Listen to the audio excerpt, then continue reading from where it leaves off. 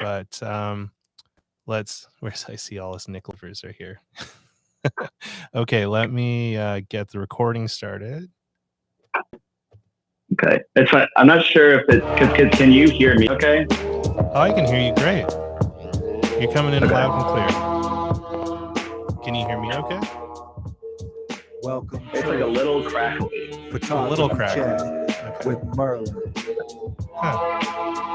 Photography chat with Merlin. Forrest says, I'm a little hot right now, Nick.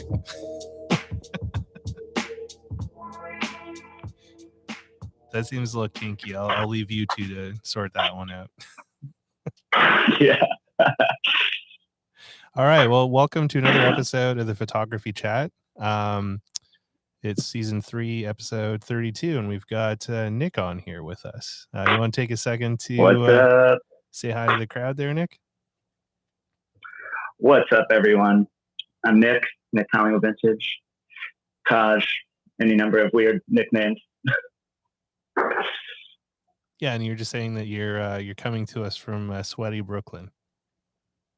Yep, that's right. Brooklyn right now, and it's a little toasty, and my apartment does not have the best airflow. So I'm in my living room right now, and it is kind of toasty because I turned off a fan so that there wouldn't be quite so much background noise, which just means it gets hot. My voice is a bit weird. Huh. I don't know what. Yeah, that's what I was saying. I don't know what's up with the grams lately being all like fucky. Let's see if I can.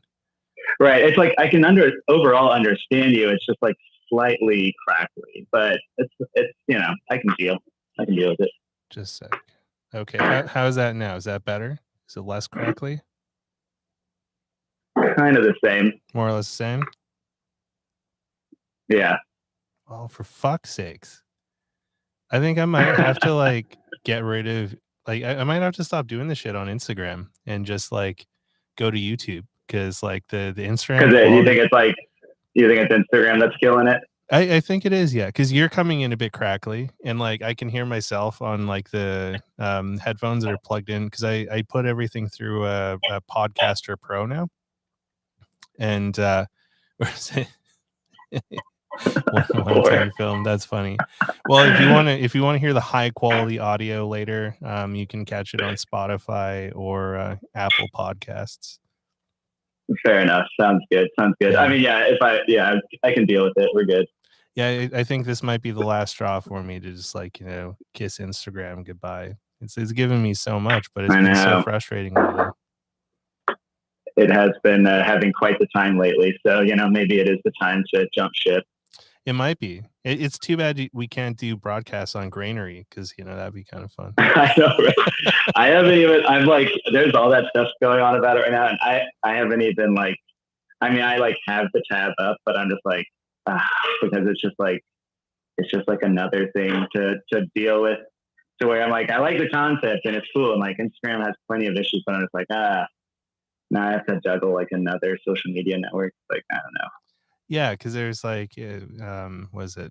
I forgot I had Flickr, and a bunch of people were like, go do Flickr shit. And then there's the Grainery one.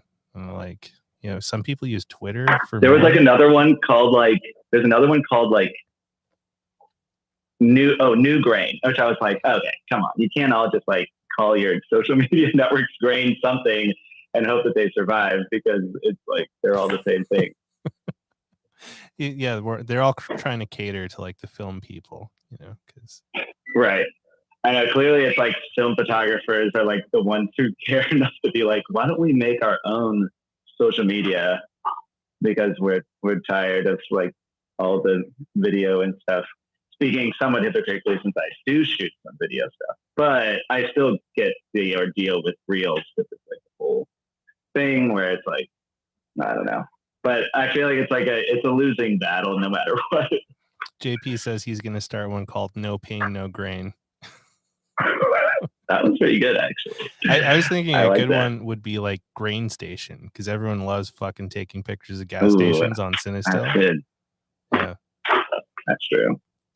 And just that way when you search grain on an app store. There's like 27 results for different social media networks. It'll be great. Yeah, digital grain for those digital photographers who feel so left Yeah. out. But yeah, just have one. Well, it is funny because a bunch of people are also like, "Oh, catch me on Visco," and I'm like, "Oh my God, Visco! I haven't even thought about Visco in a minute." But then people are saying that too, and I'm like, "All right, well, we're all just doing that word," and it's like, I don't know. I just remember For the now, Visco I'm shit. still here, but I remember the Visco shit from all those makeup photos where it's hashtag Visco girls or whatever. Oh yeah. I remember. I tried Visco way. Maybe when it first came out or so. But it's because it was the Lightroom plugin to be get your film grain sort of thing, and then it transitioned into the app thing, and I was like, I don't know. It never I think I maybe even still have it installed, but I haven't opened it in probably 4 years, maybe longer. That's fair. I totally that is the same with Flickr because Flickr has a Lightroom plugin or whatever, and right. I completely forgot I had a Flickr. I have 2 Flickrs. One of them is dreadfully embarrassing, and the other one's whatever. That's basically the state of my Flickr as well. It hasn't been updated in 8 years, and when I went back and looked at the photos on it, I was like, if I did by chance go back to Flickr, I would maybe just start over instead of deleting it or whatever. It's let's just get that out of here because it's 2012 photos, and I'm like, well, I don't know before I got serious. I don't know if you remember this one, but the very first place that I shared photos ever online was DeviantArt. Oh yeah, see, it's funny. So I think I actually do have a DeviantArt, but also that's probably been at least 10 or 12 years. But I actually used that I actually went to school for animation. Okay. And so for 3D animation, and so then my DeviantArt, if it still even exists, which maybe I should dig that up. It probably is random. Yeah, it's probably still there. It's random 3D modeling stuff that I did in college. And so it's I don't know, so different. It's I still do my I guess quote unquote day job is animation. So that's where I make the majority of my income. So it's but it's also that was 3D animation, whereas now I mostly do what's called motion design or motion graphics. So it's a very different style. So it's a very far removed state of my artistic life back in 2009 or 2010. But it's probably still there, just haunting me. Oh, it probably is. I think I started mine in 2004, 2003 or some shit, maybe even later. Yeah. It's super fucking emo. And then I have a Tumblr somewhere buried in the depths of time too. So, Forrest, if you don't want to watch it on Instagram and you want to have it in the background, you can try the YouTube stream. If you just search Merlin DB or Merlin Boisneau on YouTube, there's a YouTube stream happening as well too. Graham hates us. It kind of does. So my last chat got cut off last week as soon as we started talking about cult orgies and Jesus, and then just all of a sudden the Instagram thing was just you've been shut down for suspicious activity, and I'm like, what? I know it's listening, listening. It's kind of a mess. Nick keeps ignoring. You got to answer Instant Flamingo on DeviantArt, man. I know, right? Slide into those DMs. I should. I'm sure there's some great stuff still on there. It is. Oh man, I was going to say something that I forgot. Oh well. That'll come back. I have to say I'm a little jealous of your fresh 8x10. I missed out on it. There it is.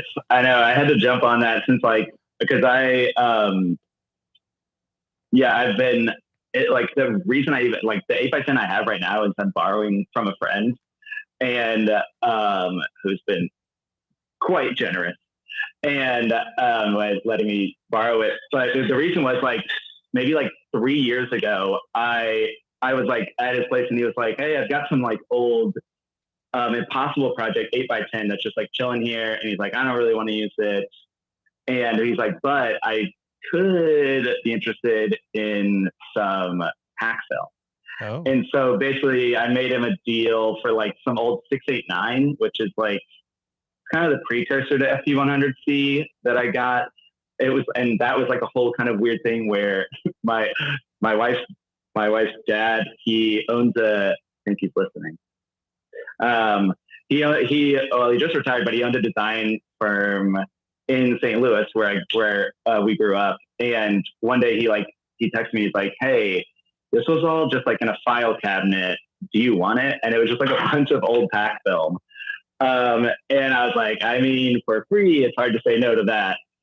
So I did. So he ended up sending it to me, and like maybe like a third or a half was all sans as it goes, because it was like from 2000 or 2001. But actually, a decent amount of it is still working. Which like one of the shots that I sent you, the one of like the girl's like flicked hair and it's very green and blue, was like from that batch. And so it's like, so it looks cool. And so I had a bunch of like random assorted films. So then basically I was like, well, what if I trade you some of this film for the Impossible Project 8x10 color stuff? But the funny thing is, like, I was like, I don't have a camera to shoot it, but I was like, I'll figure that out later. And so that was like 2019, and the film expired in 2016. And then last fall, I was shooting a wedding, because I shoot some weddings on like Super 8 and instant film and stuff. And so I was shooting a wedding up in Hudson Valley, New York, which is about like an hour or two outside of the city. He lives up there. And so then I was like, "Hey, I can come like pick up that film," because I never even picked it up. And he was like, "Oh yeah, sure." And he's like, "And if you wanted to like just borrow the 8x10, feel free." And I was like, yeah. So he was like, "Yeah, sure." So yeah, I picked up the film and the 8x10, and I've just been having a lot of fun with that for a while now. Cause he's like, "I'll let you know if I need it back," but he's like, but I haven't been using it in a while. So, and he's like, so he lent me the camera and like the whole processor, which is like the size of a briefcase and about 30 pounds. So it was pretty fun. And like that film's been working great, but then I was pretty hyped to like when Polaroid released the new film finally, to get some of that. And like, it's been a little bit of trial and error, but mostly pretty good. It looks super good. Like I'm shooting with stuff from like 2014 or 15 or something, and I think the newest stuff I have is like 2019.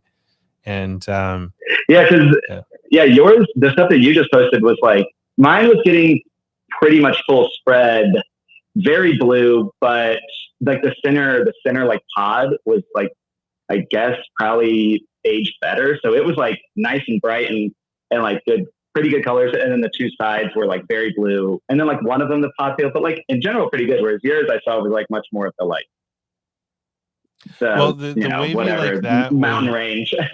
So that one kind of happened a bit because it was like the last 8x10 shot I did last weekend, because I don't have an 8x10 camera myself either.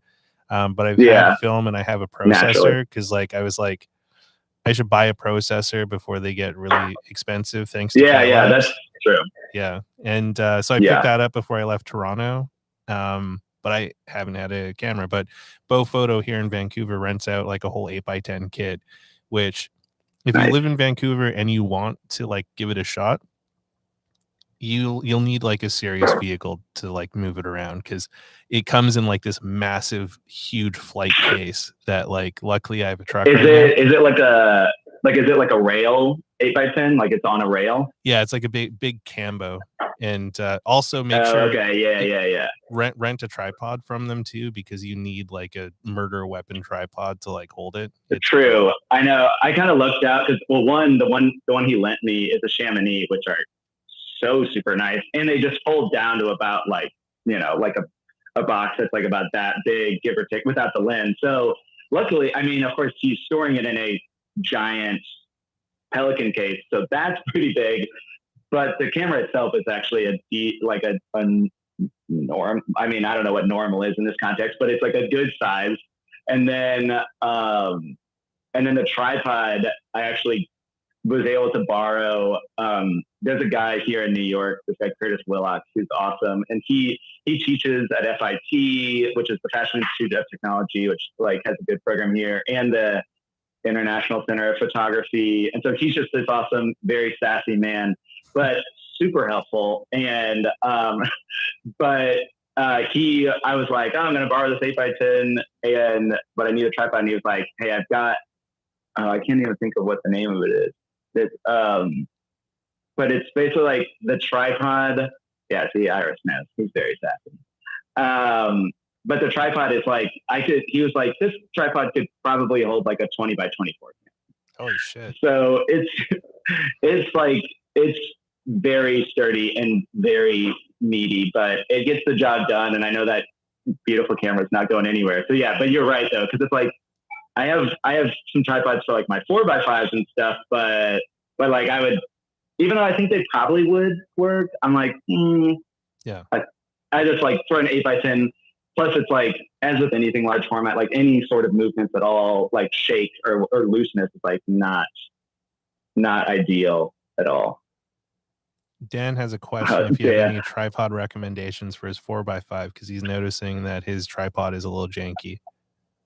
Yeah, I know for sure. Because when I first started using 4x5, I had a very janky tripod that was not appropriate for the camera size. Because my first 4x5 was like a rail camera, similar to yours, so it's like big, and like the tripod plate was kind of big, so that when I put it on a smaller tripod, it was like not good. And so yeah, I was gonna say Bogan makes it, because I think the one that I got off Craigslist for like all of like $40, but it's like it's a Manfrotto with like a 30-30 head, I think, off the top of my head.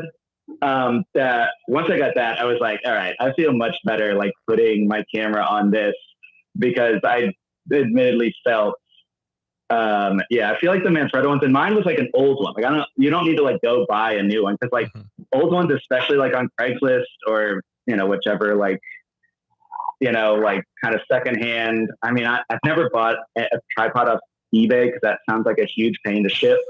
But I have bought a few off Craigslist, and it's like, it's like the ones that are like kind of big and heavy, because like the one I had before was also pretty solid, but it was way bigger. It was a Tiltal. Okay. Which is like, it's spelled Tiltall.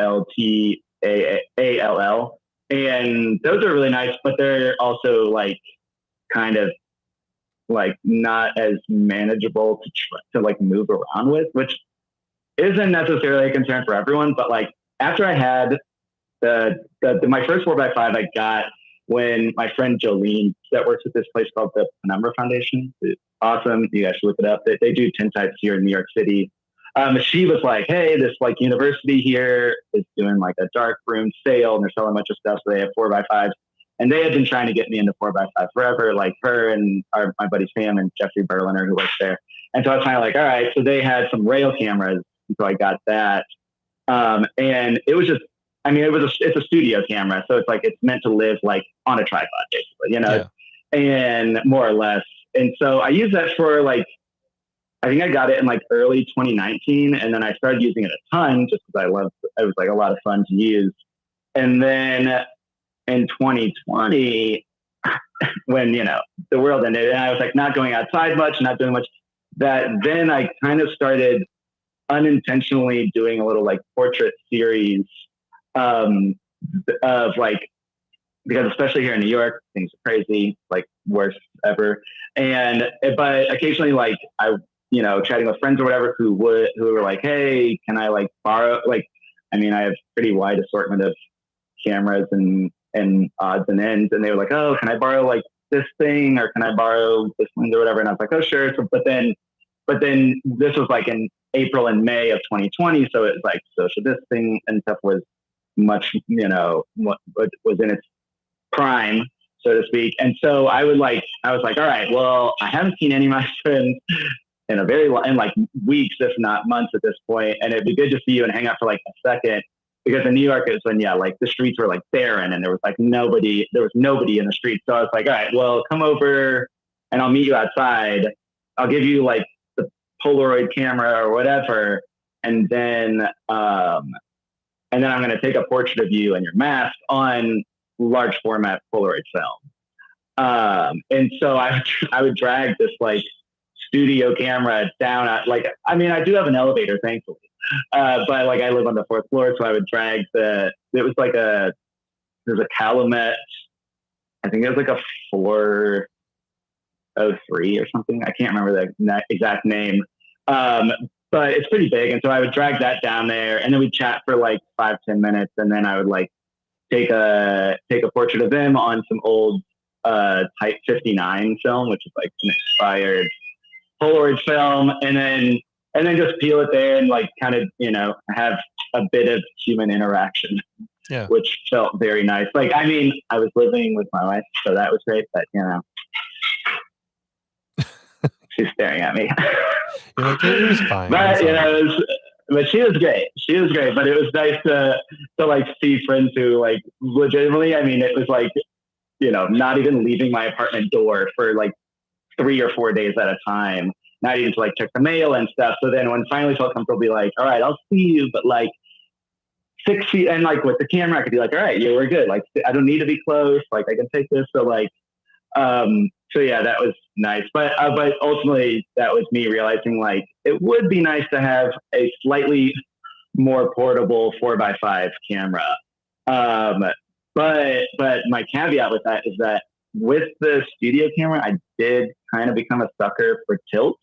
Like tilting the front standard and like throwing the focus off. Because what I would like with the portrait, I like my little folder is called Pandemic Polaroids, and I would like tilt the front standard and like pretty harshly to where basically like just their eyes and their mask were in focus.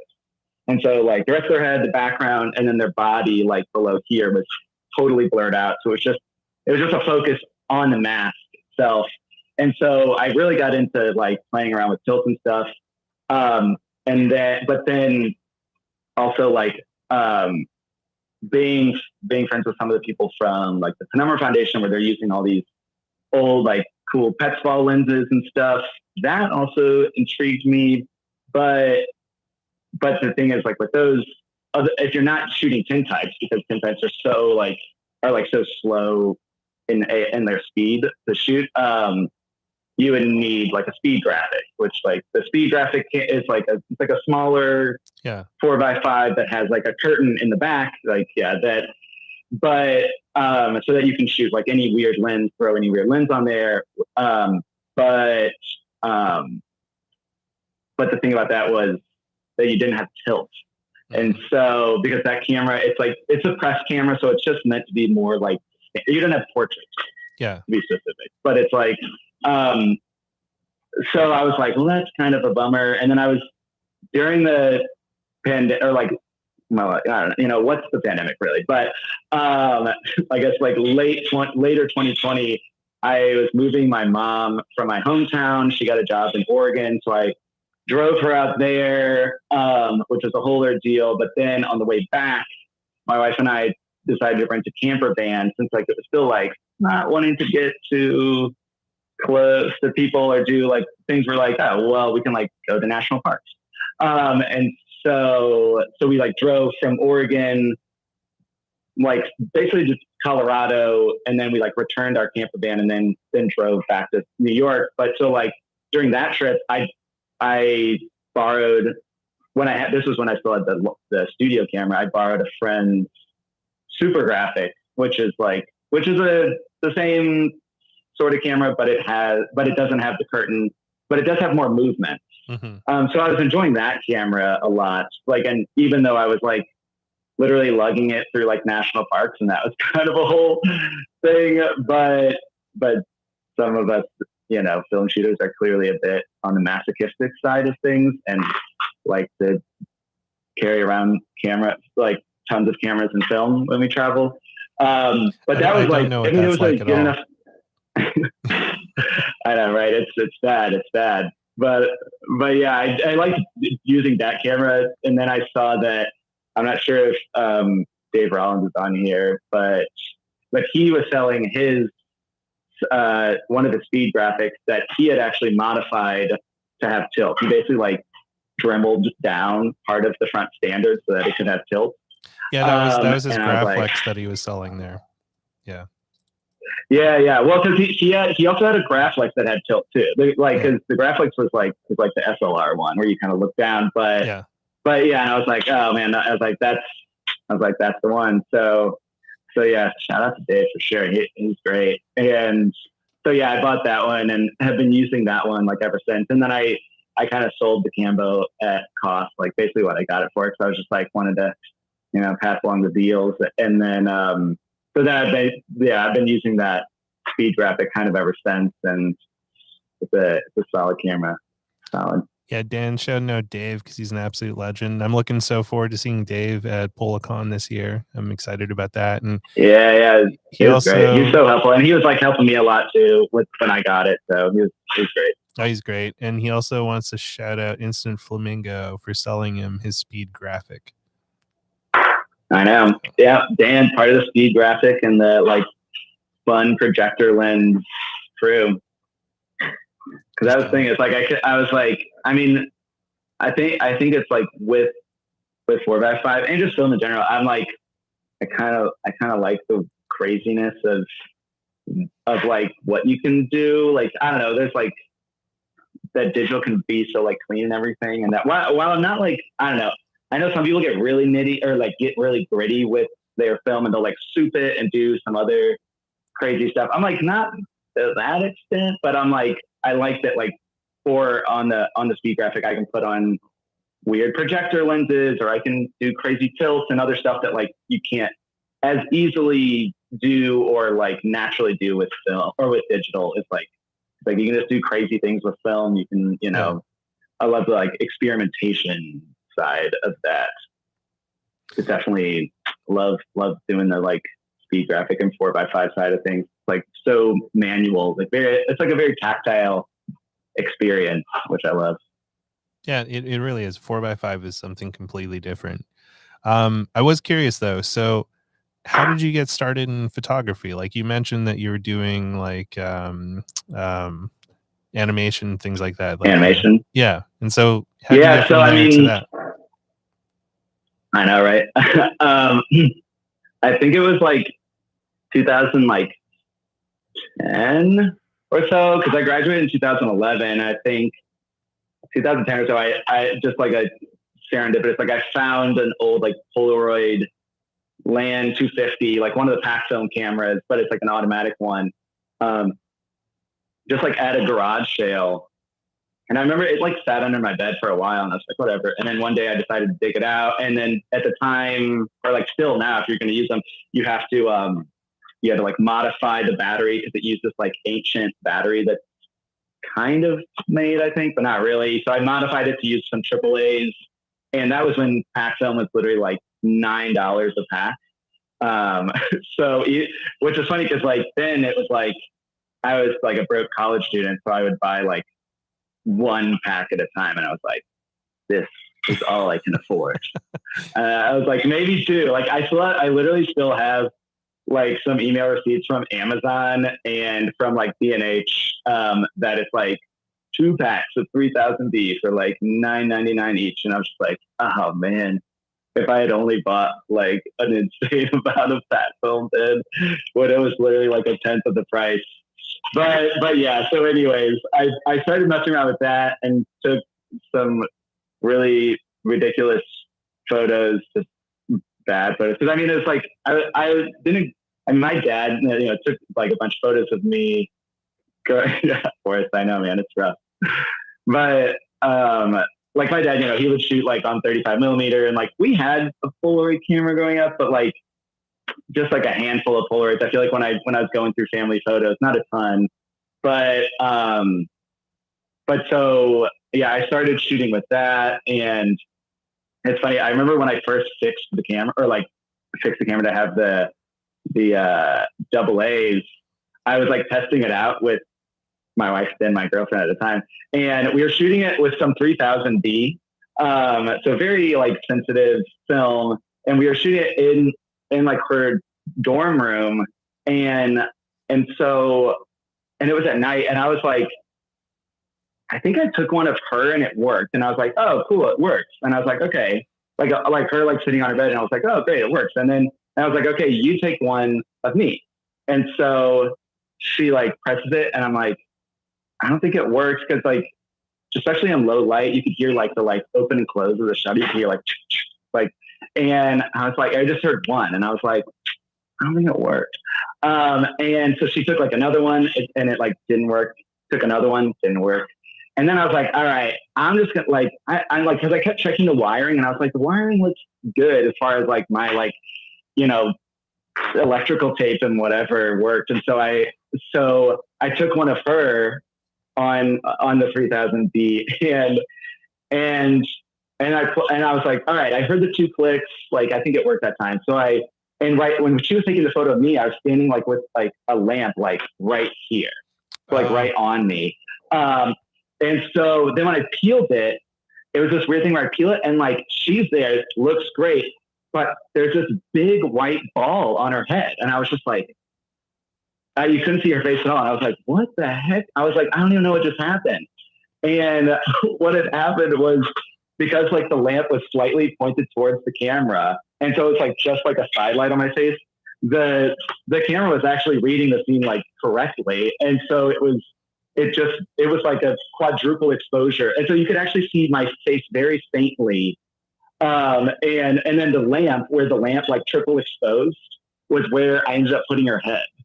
Oh, wow. So it was like this really funny thing where I was like, oh wait, that's the lamp. And like, it was just shining right at the camera. So that's why the shutter was just like really quick.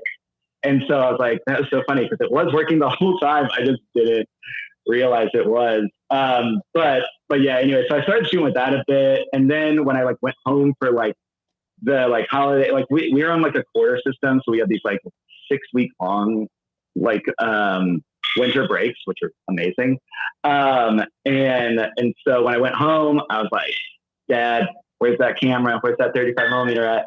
And he had, the infamous Canon 8E1, as so many people bought, and, you know, still quite the popular camera. And so then he gave me that. And so then I started like shooting with that, and then some other weird like 35mm cameras that I picked up like for next to nothing. But, and I like graduated shooting a little bit, but not much, and but still shooting like peel apart, just like randomly. And then I had moments that probably most or many film photographers have, or at least like, so I like kind of in a way like started with film, even though like digital was around then, but I kind of started with film because I was just doing animation at the time. And so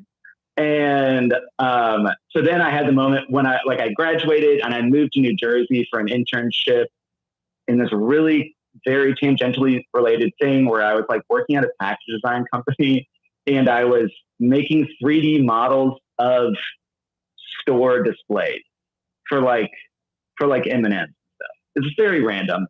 But I was like, it got me close to New York, because I like, when I graduated with animation, the general path is like, you move to LA, because that's obviously where Pixar and DreamWorks and Sony and just Hollywood in general is.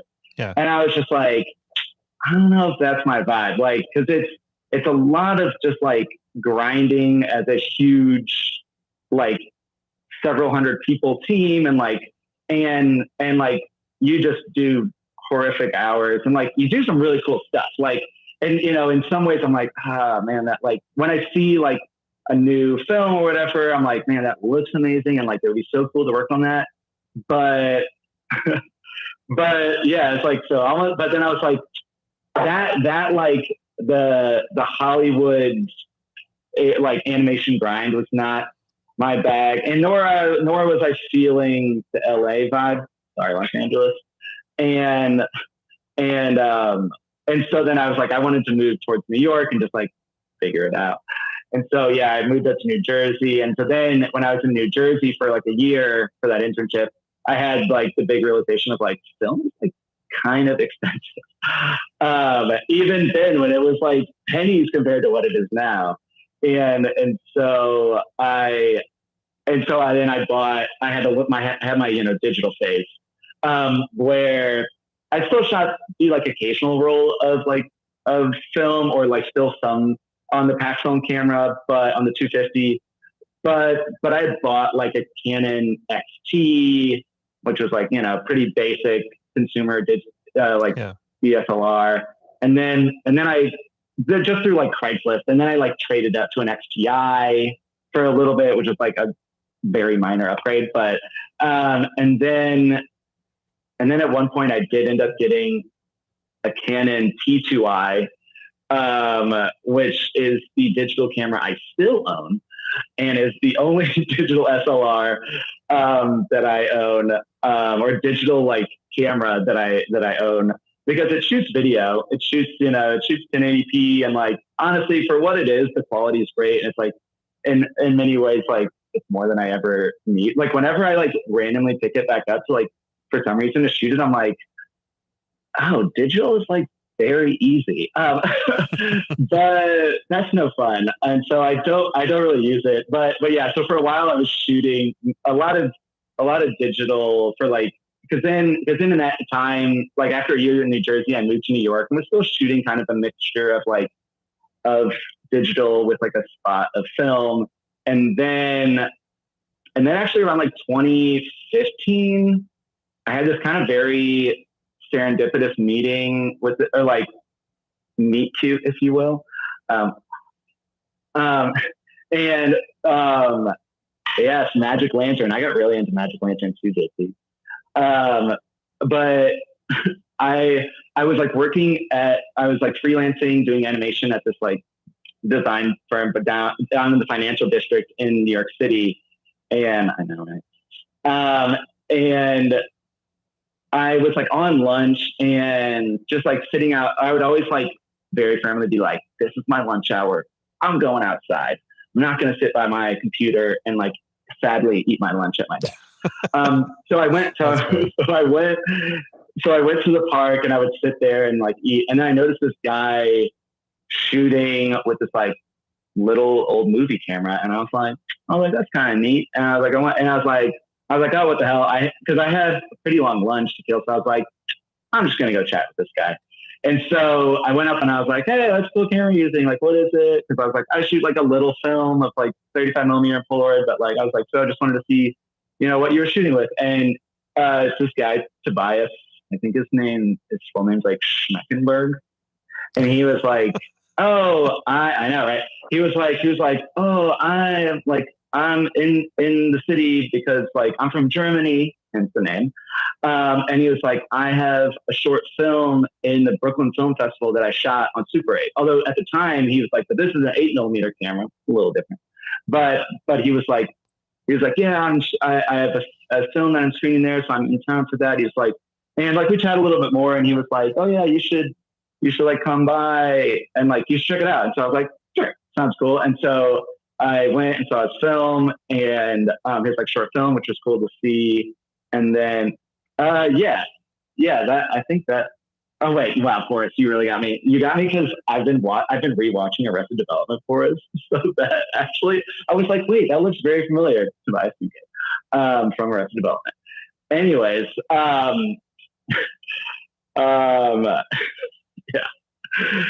but he was like, oh yeah, like that he was just like, I talked to him after his screening and he was like, yeah, I shoot a lot on Super 8. He's like, and also you should check out, there's this place here in New York City called Mono Noire that like, he's like, they do workshops on Super 8 and stuff.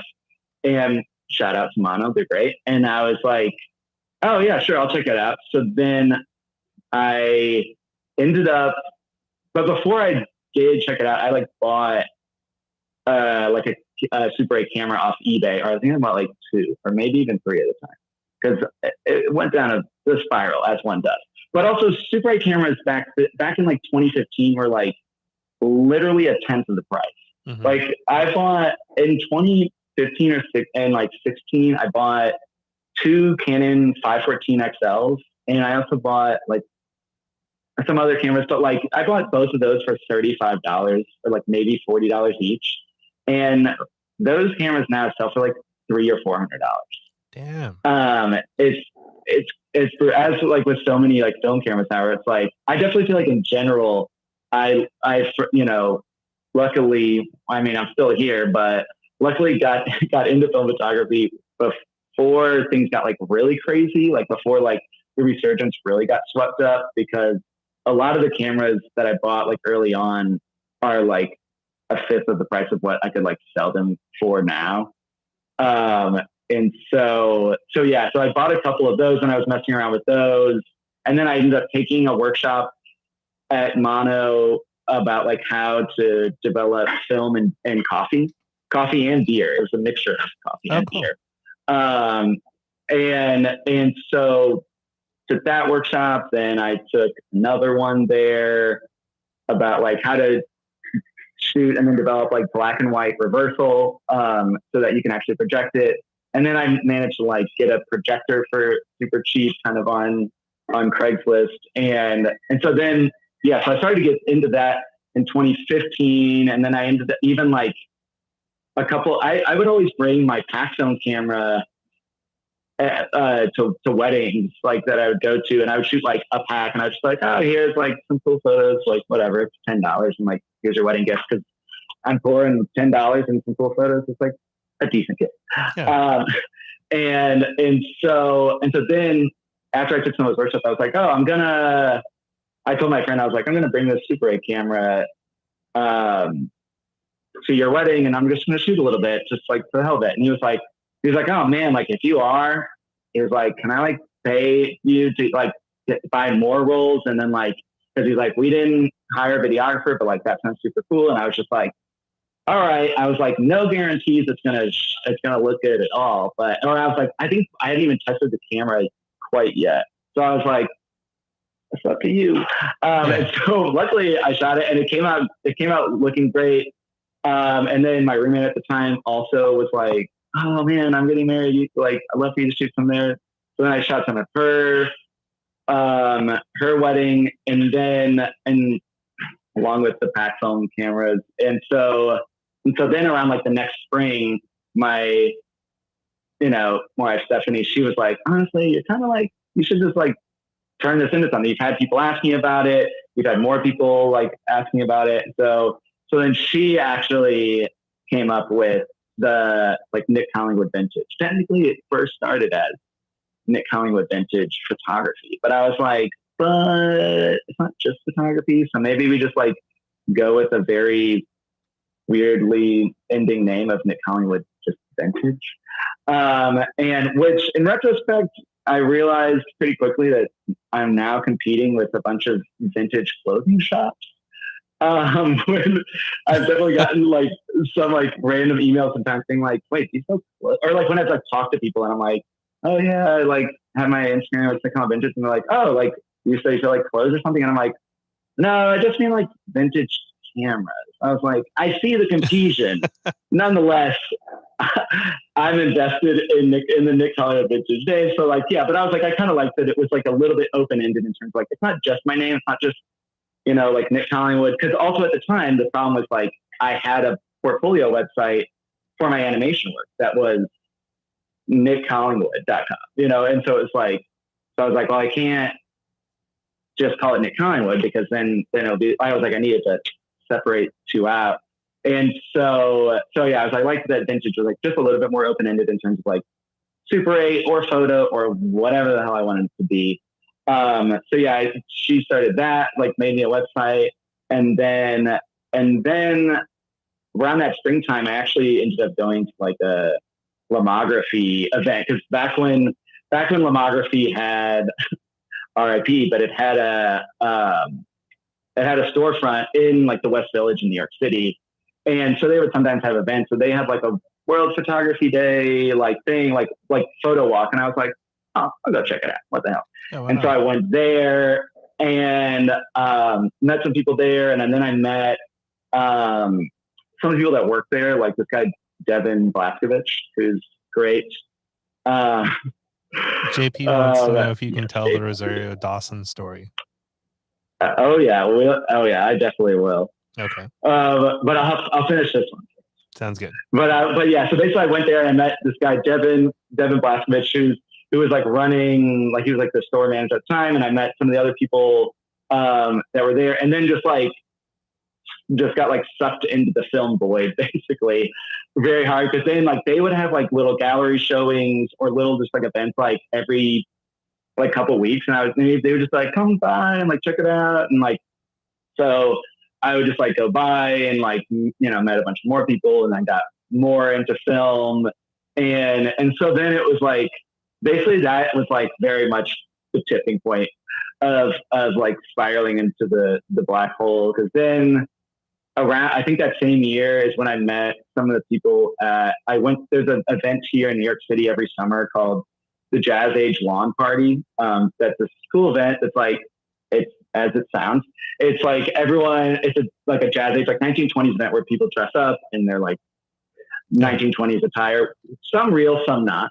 And that I think there I kind of met some of the Penumbra people and their whole like tintype thing and everything. So then I got connected with them. And so then since then it was just also 2016 was when packfilm got discontinued, which was I was literally like, publish the website. I'm going to shoot weddings on packfilm and Super 8.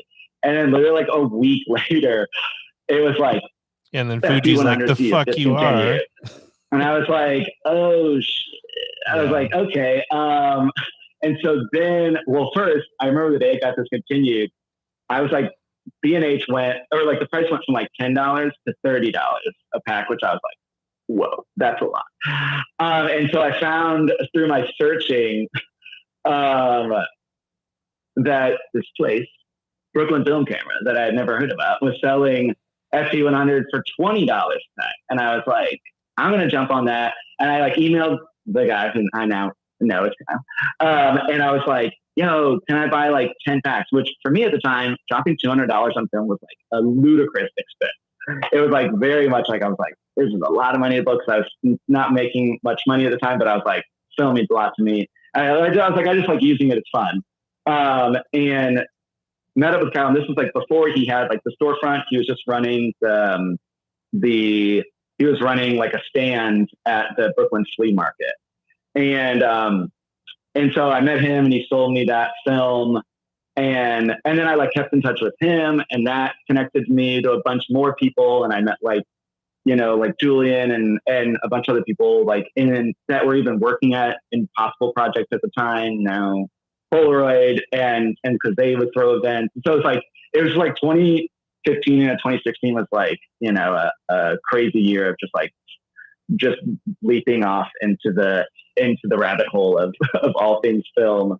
So ever since then, I've just been really involved in like the New York City like area, like film meetups or events or just like random odds and ends. That's kind of where it all like spiraled out of control. That's awesome. So So that's more or less where it is. Yeah. That's kind of how like the film communities are, though. It's like, you get dragged into them. It's like a vortex. You get close to the edge. Exactly. Like I meet people, and then I meet other people, and then I hang out with them, and then I meet other people through them, and it's like, it is just like, it's like, and I feel like especially going to Lomography and everything, it was it was like everyone was like super energetic and friendly and just like, yeah, cool, I shoot this, or in different types. And so it's like just like a very like, I feel like in general I've always felt like the film community is very welcoming and just like a good time to be around. And it's like, while we obviously talk about gear and film and stuff like that, it's like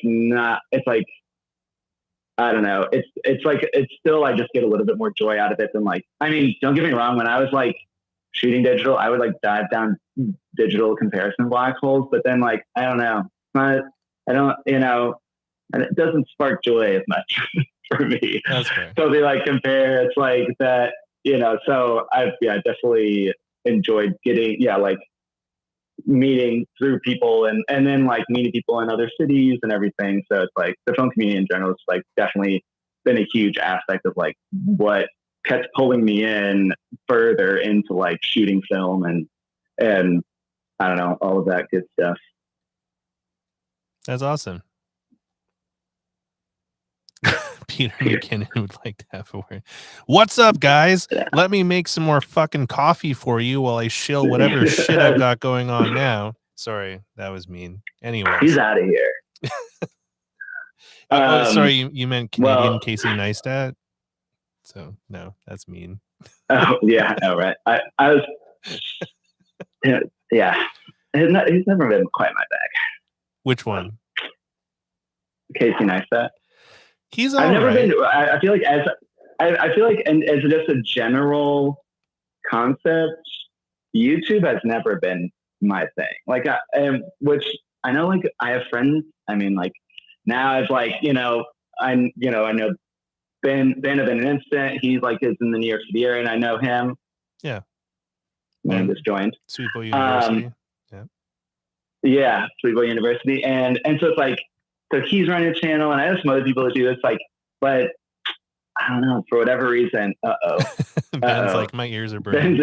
He heard like literally the moment I said Ben, it's like, it's like, but like, so JP has an interesting point where he learned a lot from Casey's daily vlog, and like his daily vlog was interesting. Like Casey had some like kind of cool stuff there. And then it kind of like, I think he got tired of it and that showed in like the output that was getting there. But then you still need to make money off of the media machine. So you got to feed the beast with whatever. Right. And then there's just all these like fucking offshoots of like the Casey stuff. And like, unfortunately, and if there's one YouTube channel I hate, it in an instant. Yeah, I've heard he's a real dick. I don't know. Like, yeah, he's the worst. Oh yeah, he came out with that app too. There's like that whole beam thing that he did that was like whatever. Weird. His brother Van though has some really cool shit. So his brother Van Neistat has started. It's called The Spirited Man, and it's actually kind of an interesting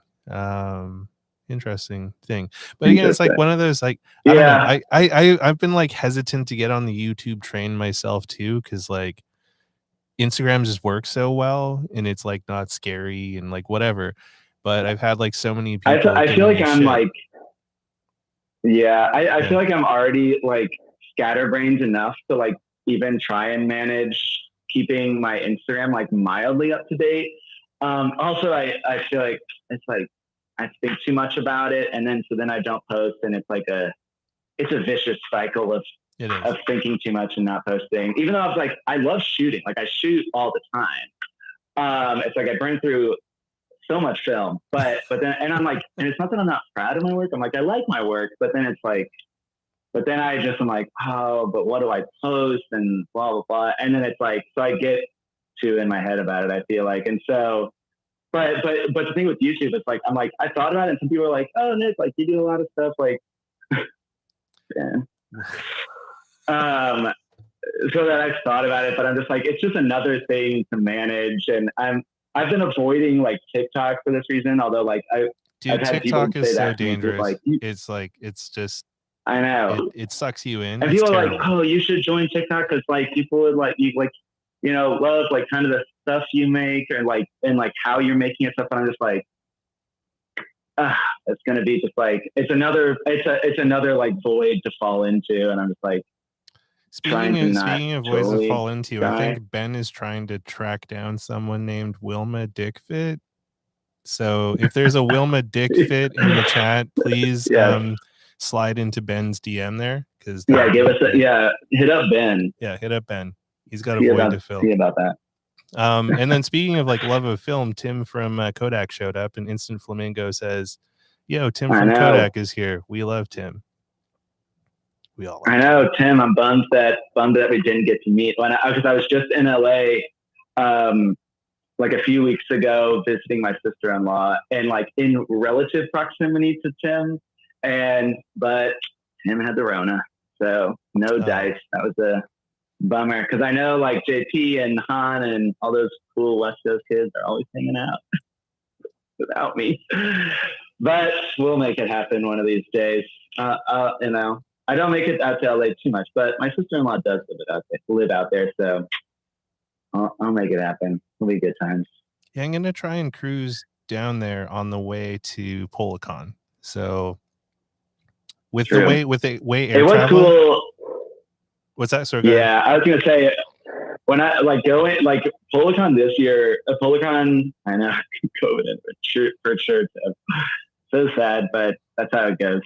But I was gonna say Polacon this year was for the Bay Area was kind of a funny, like very last minute thing. I was literally at Kyle DePew of BFC's house, and it was me and him and Ben, and our lovely significant others. And we were like sitting there and we were just like, Polacon's like in 3 weeks. Like, should we do it? And we were like, well, wait, sorry. That's kind of crazy. Polacon Bay Area is what you're talking about. Yeah, Polacon Bay Area. Yeah. Since, I mean, the other Polacon I guess Polacon in the more official capacity hasn't happened yet. Yeah. But yeah, Polacon Bay Area, it was like late Feb, and we were just like sitting around this fire and maybe some drinks in, and we were just like, we should just yeah, exactly. We were far too like, we should just do it. And surprisingly, flights were like $200 cross country round trip. And so we were just like, we should all just like smash into an Airbnb and invite some other people. And so we got like 5 or 6 of us into an Airbnb and like went out there and like, but it was just cool, like meeting all like a lot of the West Coast people that I've been chatting with for like years, and just like, especially with COVID and everything, like hadn't been out there and met, or like vice versa, they hadn't been able to come to New York City. And so, yeah, it's like, it was cool just being like putting a face to a handle, and a lot of like Dave and like JP and Han and all these people that I was like, dude, I've chatted with you for like days of my life. And yeah, so that was that. Yeah, that was a very random choice, but no regret. Yeah, I was a little tiny bit choked because I was all set to like head down for Polacon Bay Area, but we still had a testing requirement for coming back into Canada. Yeah. If I ended up like testing negative on the way back, I wouldn't have been able to financially afford 14 days in San Francisco for like isolating. So I was just like, fuck. And then the weekend after Polacon Bay Area, they took it out. There was no more like requirement. Oh, really? So I was like, damn. Why couldn't you do it for fucking Polacon? So that's the first time I felt. I know FOMO. it was. So go ahead. I think that was like maybe the first flight I had taken since the pandemic. Maybe I had taken one for that, but like, I mean, it's like I feel like there was like a mental exhaustion to an extent for like us New Yorkers who were like, we get it, and it's and it's a real thing, you know, it's a serious thing. But I think at that point we were just like, all right, we're all vaccinated. We're just gonna go for it and just like hope for the best. And like, luckily, I don't think I know of anyone that got COVID from Polacon. So good job, Polacon attendees. Way to go, Polacon guys. Getting those back cards. Well, I'm looking forward to Polacon, Texas. I'm not comfortable with how the airlines have been doing like between countries and stuff. So this time I decided, fuck it. I got a bunch of vacation time left. I'm just going to drive down. Nice.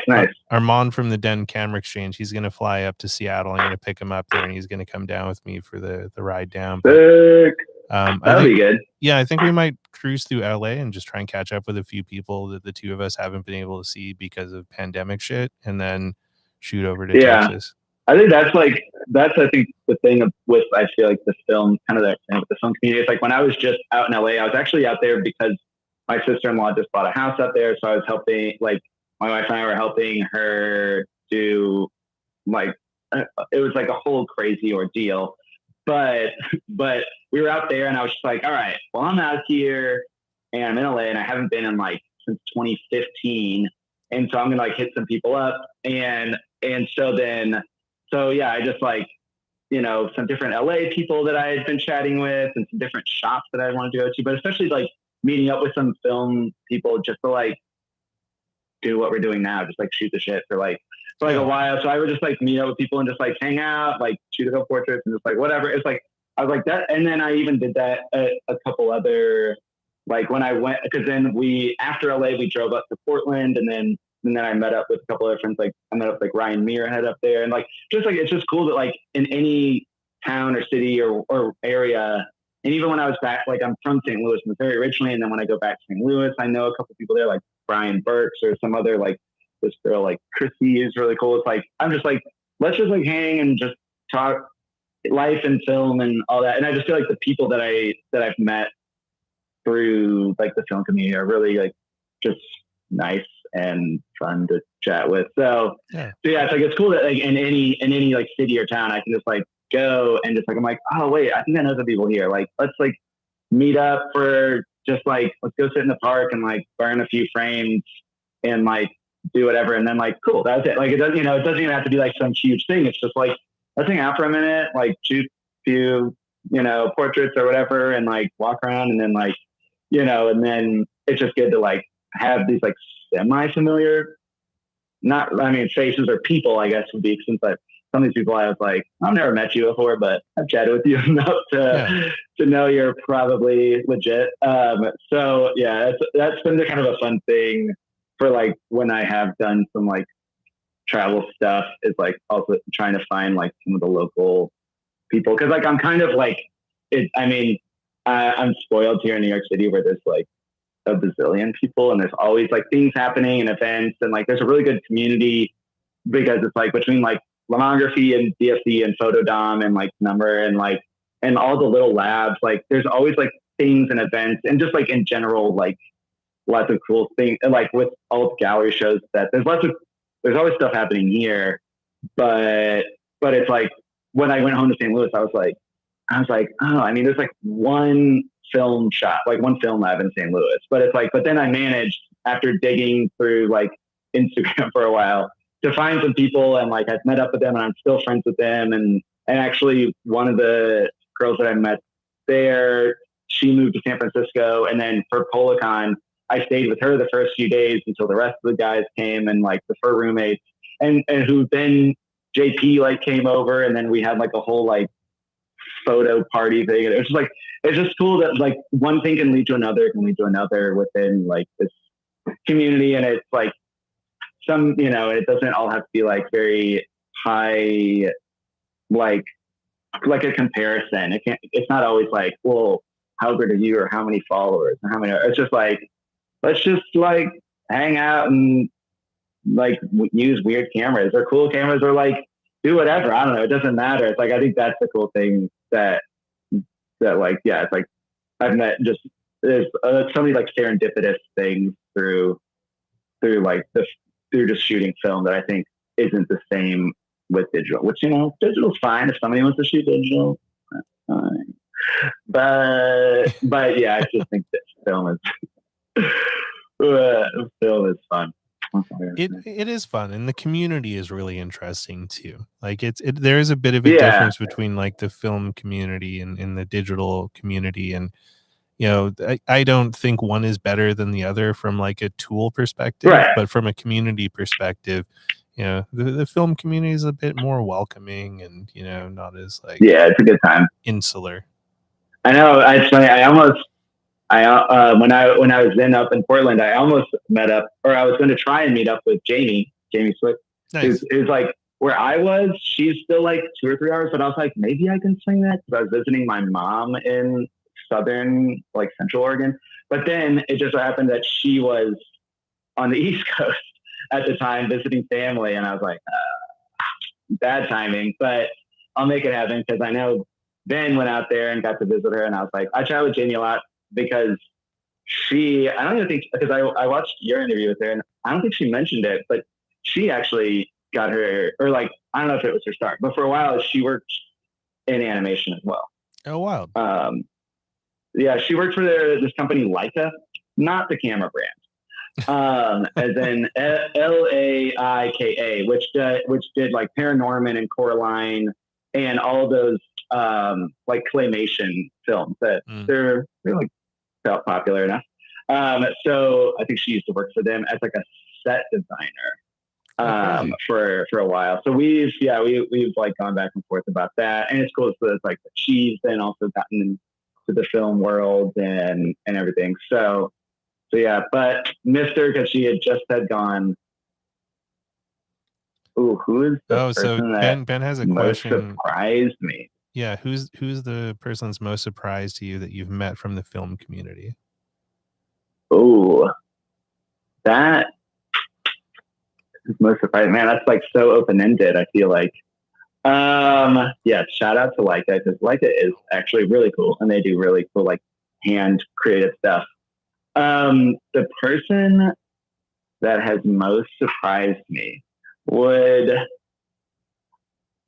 I think this is, I mean, kind of a random one, but it was funny. It's like, I do think Ryan Muirhead was one, because, or I've got a couple actually, now that I think about it. But Ryan Muirhead, like, does some really awesome work, a very like emotive work, and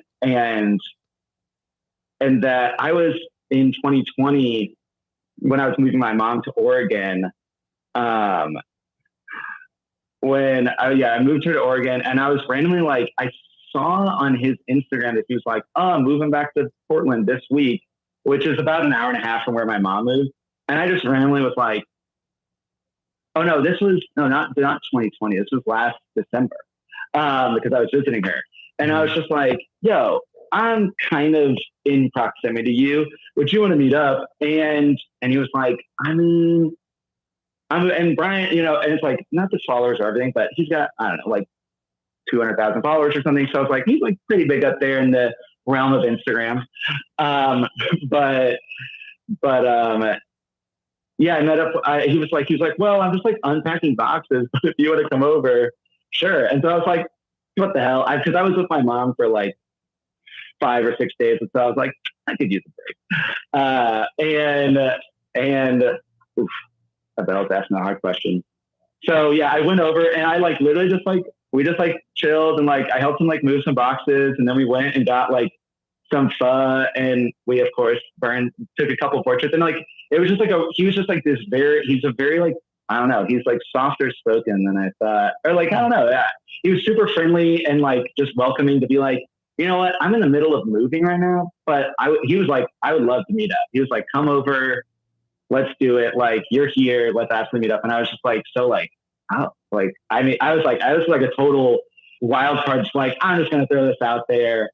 So it was just like a funny experience of like helping him like move. And I never even met him, but it was great. And I would say the other one, which is kind of an odd one, but well, just in the context of that. But when I was driving back from, and also this is a funny story for one of my favorite cameras. When I was driving back from Oregon to St. Louis in 2020, I was going through Salt Lake City, which is where the Find Lab is, which is like a pretty big like mail-in lab for film processing, especially for wedding photographers. And so then there's the guy that runs it, this guy, Jonathan Samlis.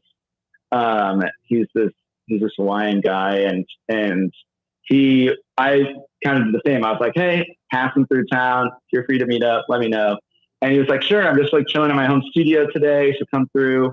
And this was still in 2020 and stuff. So I was like, all right. So I came over and we like stood outside for the most part, just chatted, and like also found out that like he went to high school like 15 minutes from me in St. Louis, but then like grew up in Hawaii and also lived in Utah. And like, so I was like, one, that's crazy. And then like he was showing me around the studio, and I took a 4x5 Polaroid of him, and this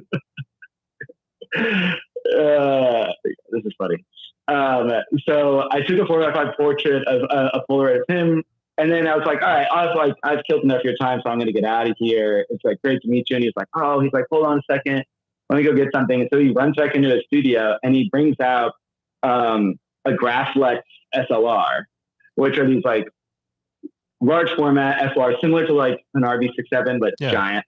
And he was like, you should just take this. He was like, it's sitting on my shelf. It's collecting dust. And he's like, I feel like you would be the one to, like, he's like, I feel like you would make good use of this. And I was like, yes, because I know like my friends at Penumbra, have shoot with those all the time. And I was like, that camera was like a bucket list camera.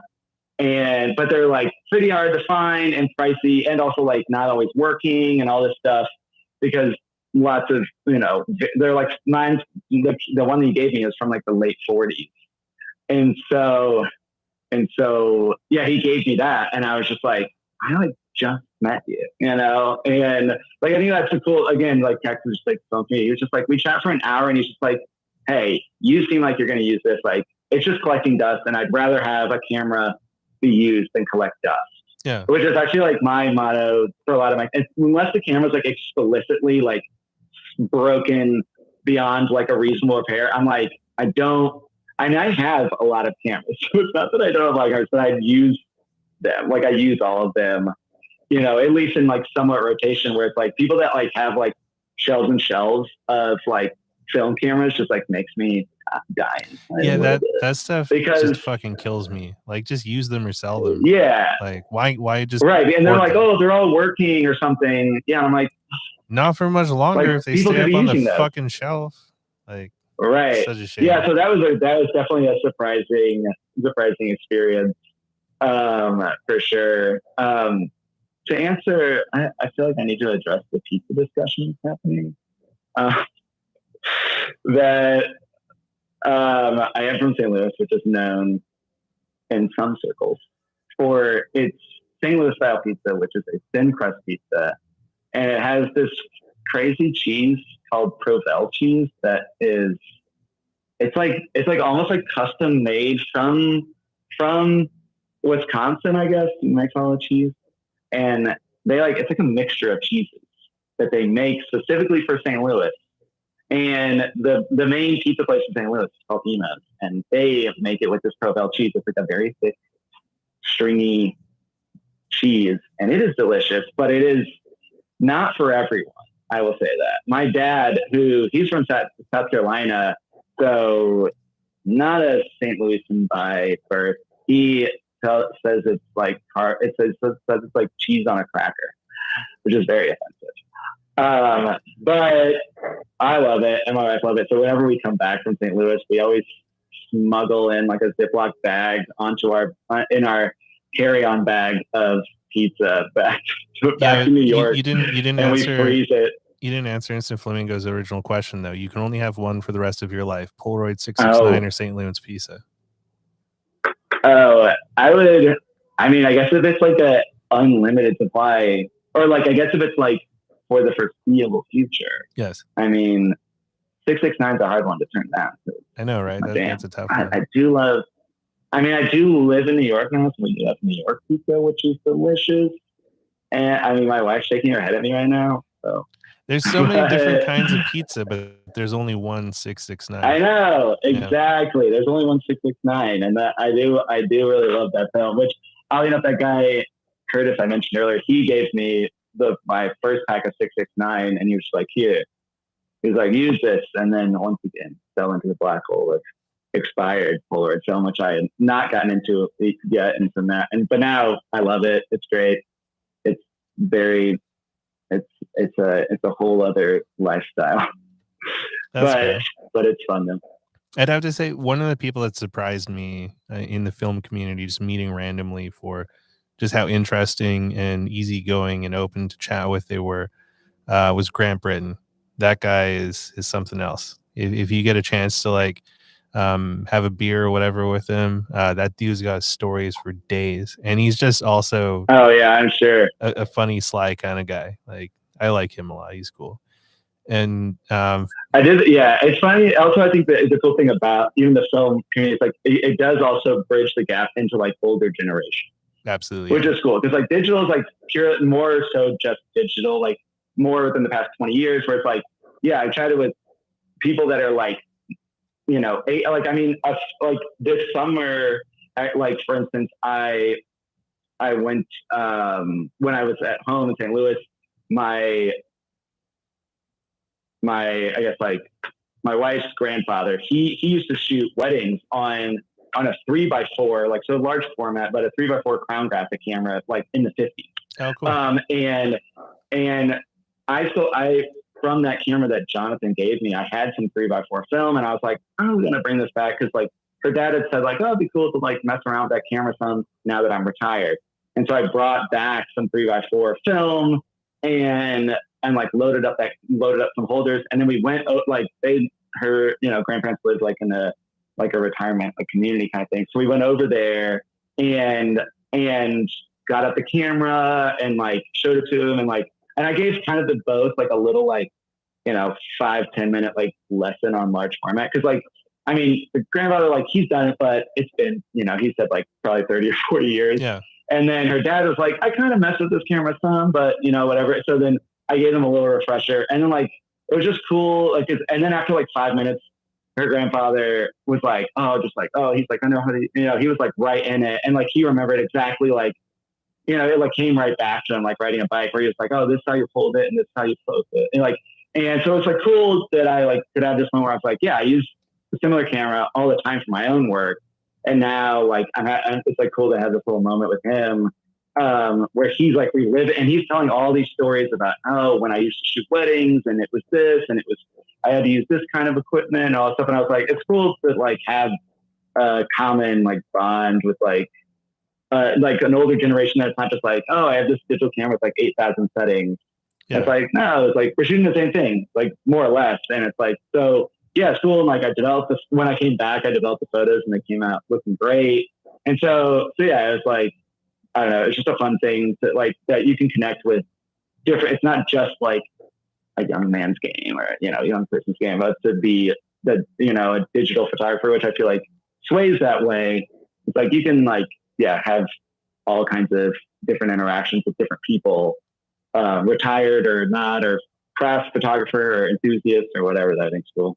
Well, and they've got like interesting stories and experience that they could share that you couldn't find out on a YouTube video or like, searching around on the internet, because like the people that know that shit aren't on either of those things. Like they're just right. Yeah. Yeah. And it's like, yeah, there's so much like hidden gems out there of like finding like, just like the people and the stories, and like, it's just kind of funny. Like I just speaking of 669 and St. Louis, I just bought a bunch of 669 from St. Louis, and because I found it on Facebook Marketplace, and it was like the guy I was chatting with was like, yeah, I used to be a crime scene photographer, and then we were going to throw all this out, and then I was like, what the hell, I'll keep it. And so he's like, so it's like I don't work there anymore and whatever, but I have all this film, so I figured I'd like pass. And I was like, that's so crazy. Like I'm like chatting with this like crime scene photographer. I was like, yeah, I used to shoot, crime scene, blah blah blah. And I was like, that's so crazy. It's like what a funny connection to have made. And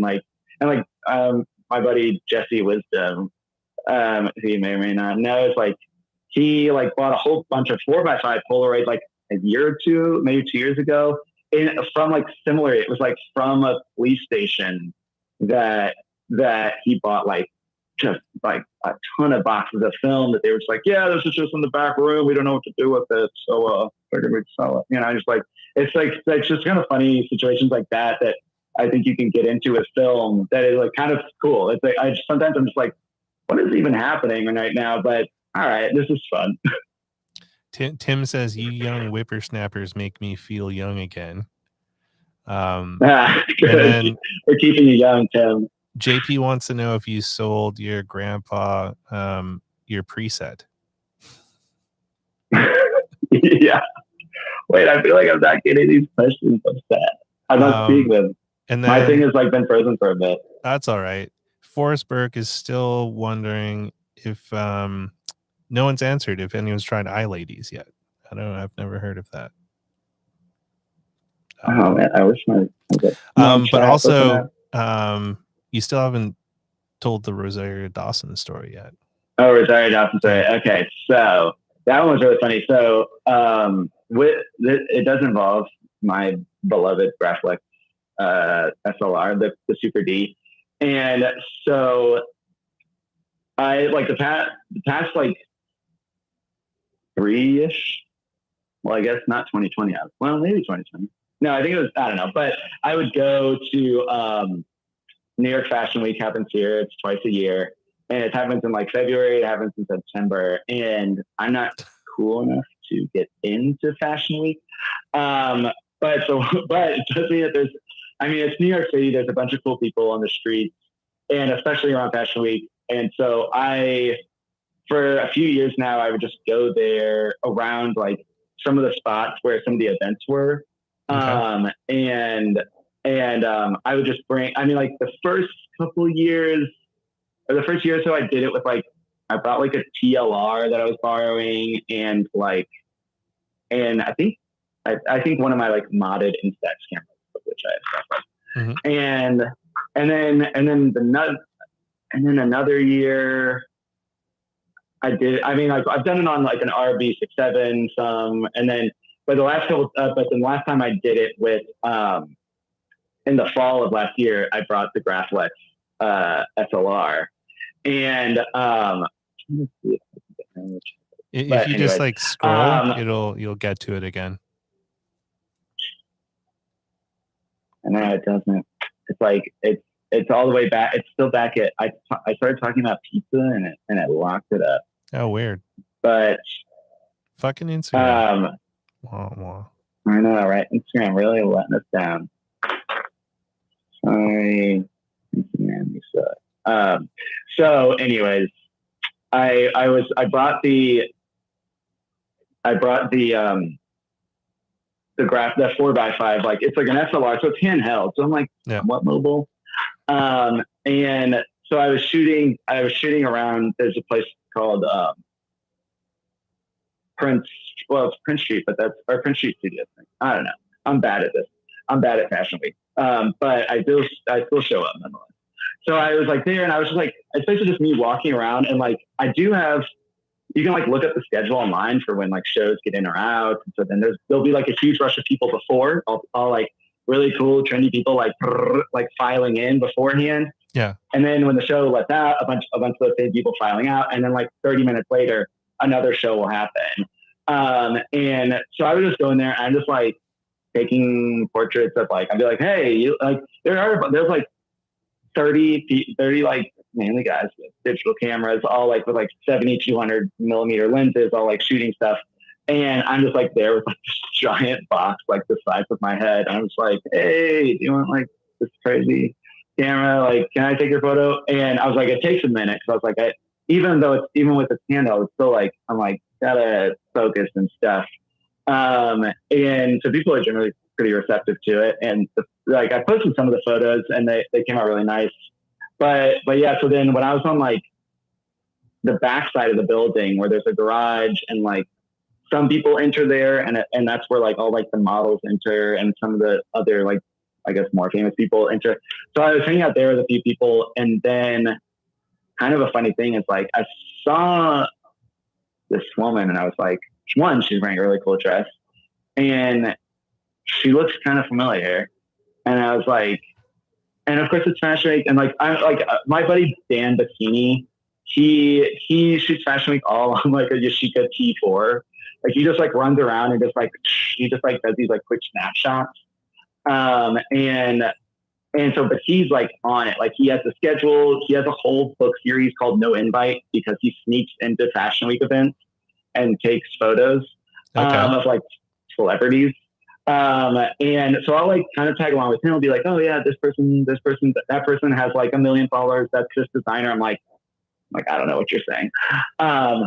But yeah, so he wasn't there, and I was like, oh, I recognize this girl. And I was like, and I asked her for, I'm trying to remember which, because I actually took 2 photos, but I was like, but I think the first one I took, she was standing with this guy. So, and a couple of photographers were next to me, and I was like, all right, I'm just going to let this one rip. So it was just a black and white sheet film shot.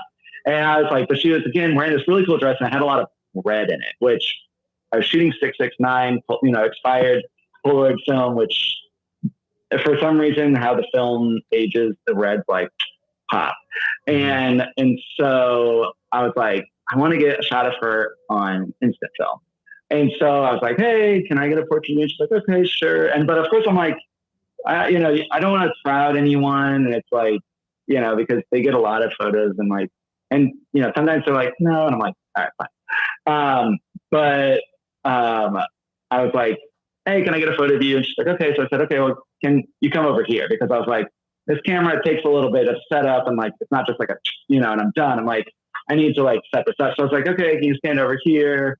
And then I took loaded the film, shot it, and for like spreading the dress out. And then I was like, please work, because this is old film, and I was like, might not work. It might just be sand, and that would be very sad. And so then, but something I like to do with these, I'm always like, all right, you should get out your camera, or you should get out your phone, because like there's a full peel process, which you're probably familiar with. And it's like where you peel apart the positive and negative, and it shows the image. It's cool. And so I was like, oh, you should take a video of this. And so she's like, okay. And so then I peel it, and it comes out great. And it was funny because then the camera has like a logo on the front that says Graflex, and she just goes, oh, thank you, Graflex. And okay, but the photo came out really great. And then I was bold enough to say, also, can you like airdrop me that just so I have a copy of it? So she like airdropped me the peel video. And then her like assistant who was there was like, I was like, oh, well, I can like try and like, because then she had to like run and like go in or something. And so I was like, oh, if you want, I can like send you a scan or something.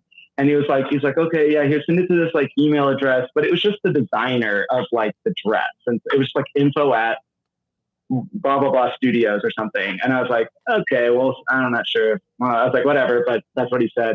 And then he was like, and you know who that is, right? And I was like, yeah.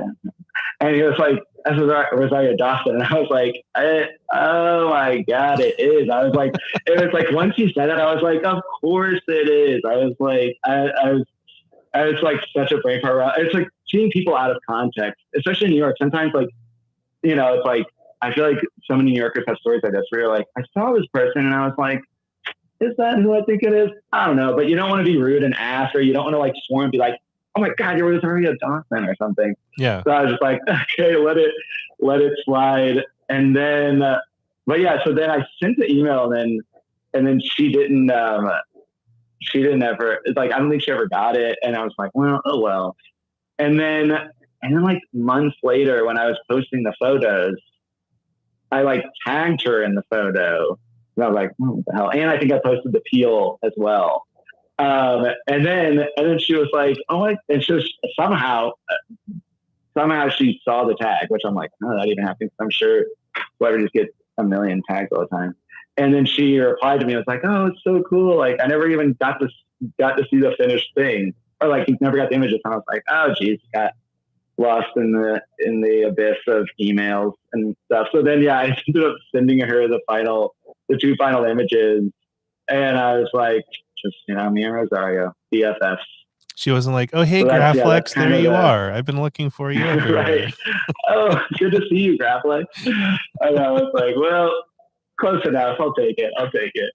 But yeah, it was just a funny thing of like, and I mean, yeah, I was like, the photo came out better than I could have imagined. So it was just like a funny, like, well, this worked out way better.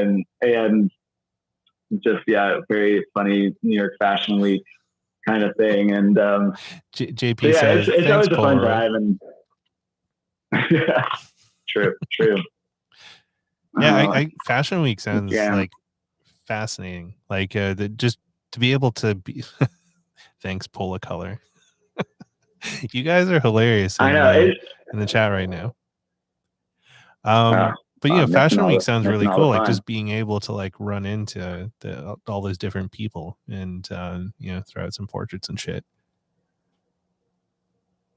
Yeah, that's the kind of cool thing. It's like, and what's funny is like, since I don't really keep up with fashion, I'm kind of like, oh, this person's cool. And like, there's been a few people that I've taken photos of that like, Dan will be like, oh, they're like huge. And even, well, a Forrest, I remember when he was here for like a hot second, he took some photos of like a random guy and then later found out that he had like 1.5 million followers or something. And you're just like, I just wanted a cool outfit.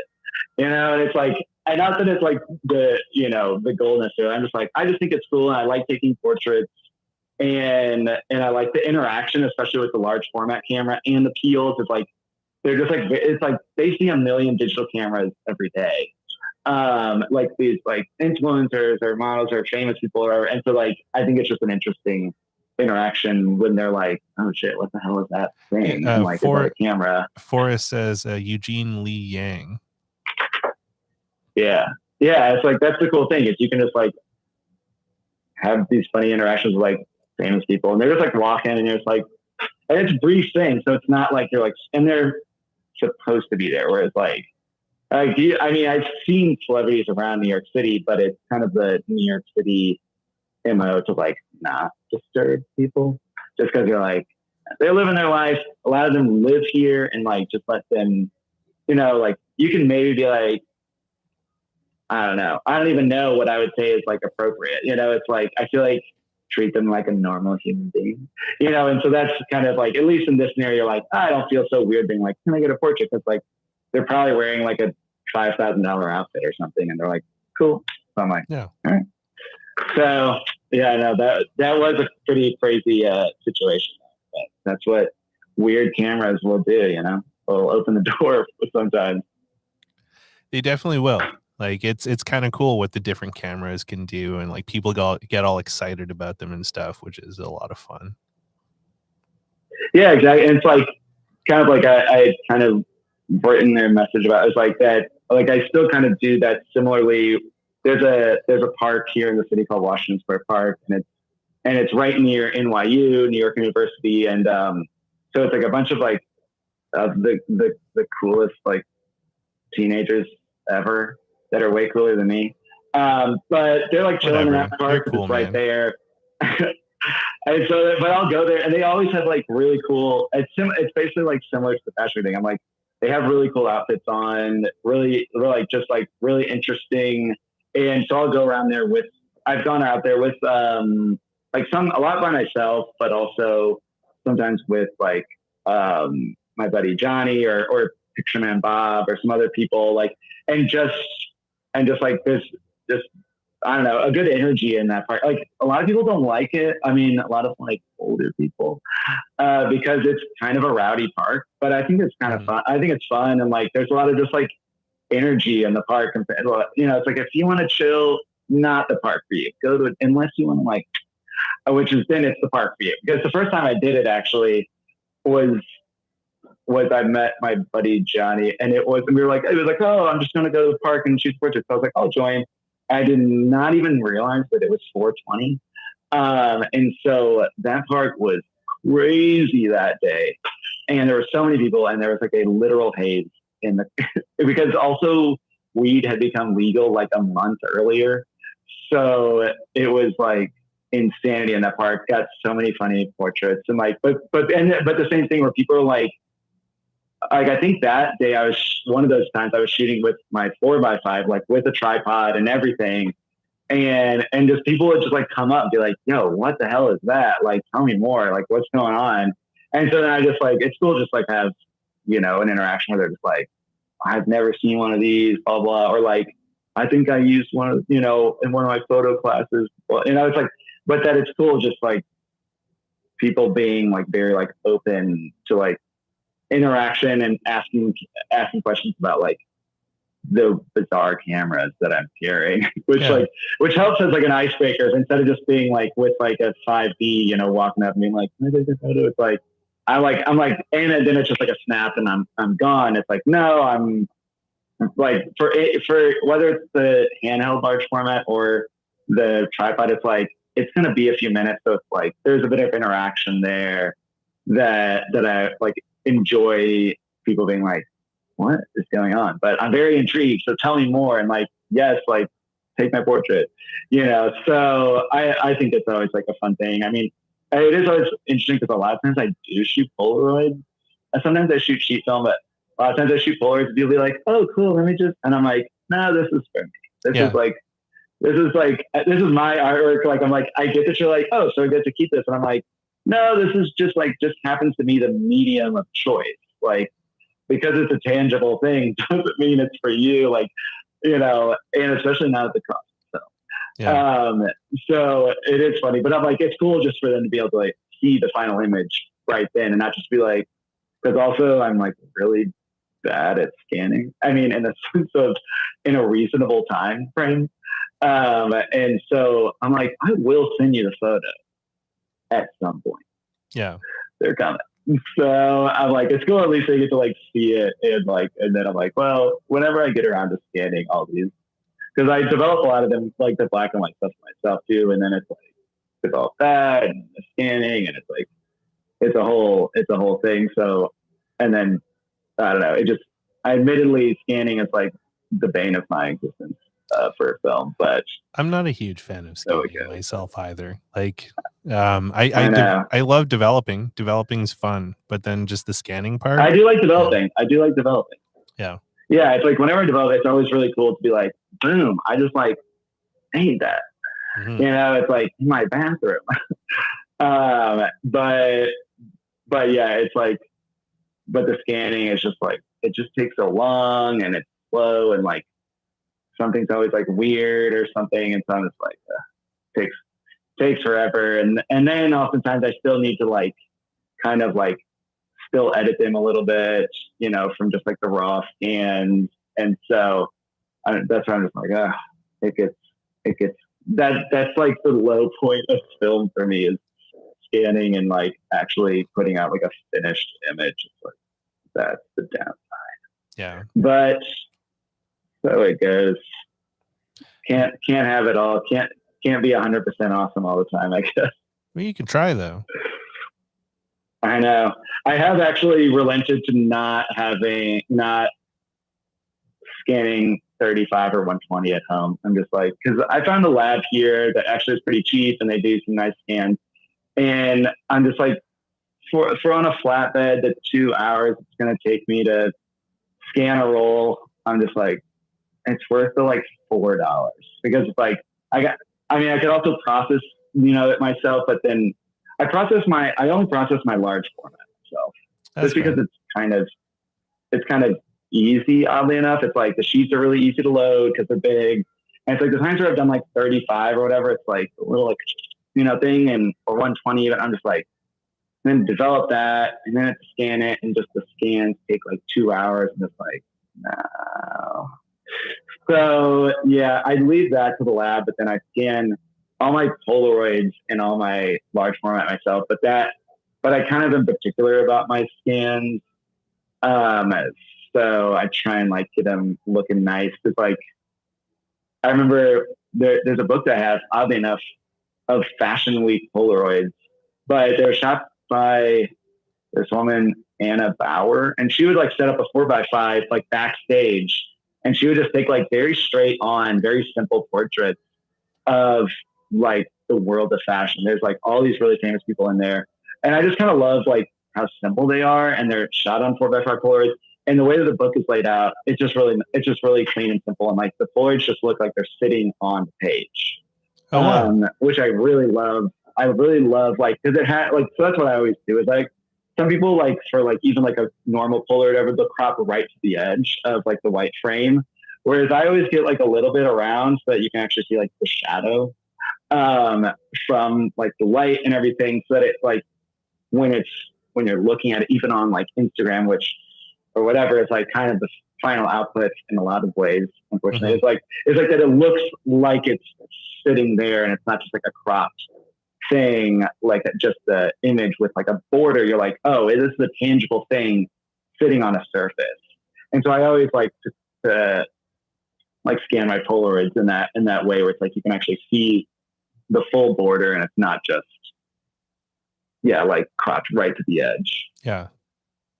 I noticed that with the things you shared, and I kind of like that look. Yeah, exactly. It takes a little bit of work, because then like the white on the edge isn't always white, and so then I have to like edit that a little bit to make sure that like, if I put it on like a white frame, it'll blend like fluidly instead of being like an off-white from the scan and that.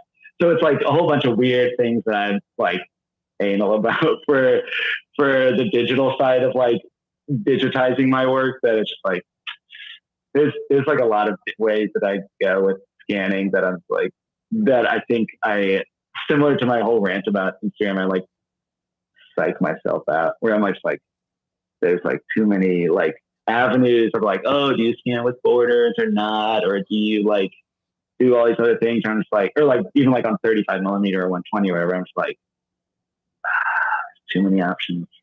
So many options. I know.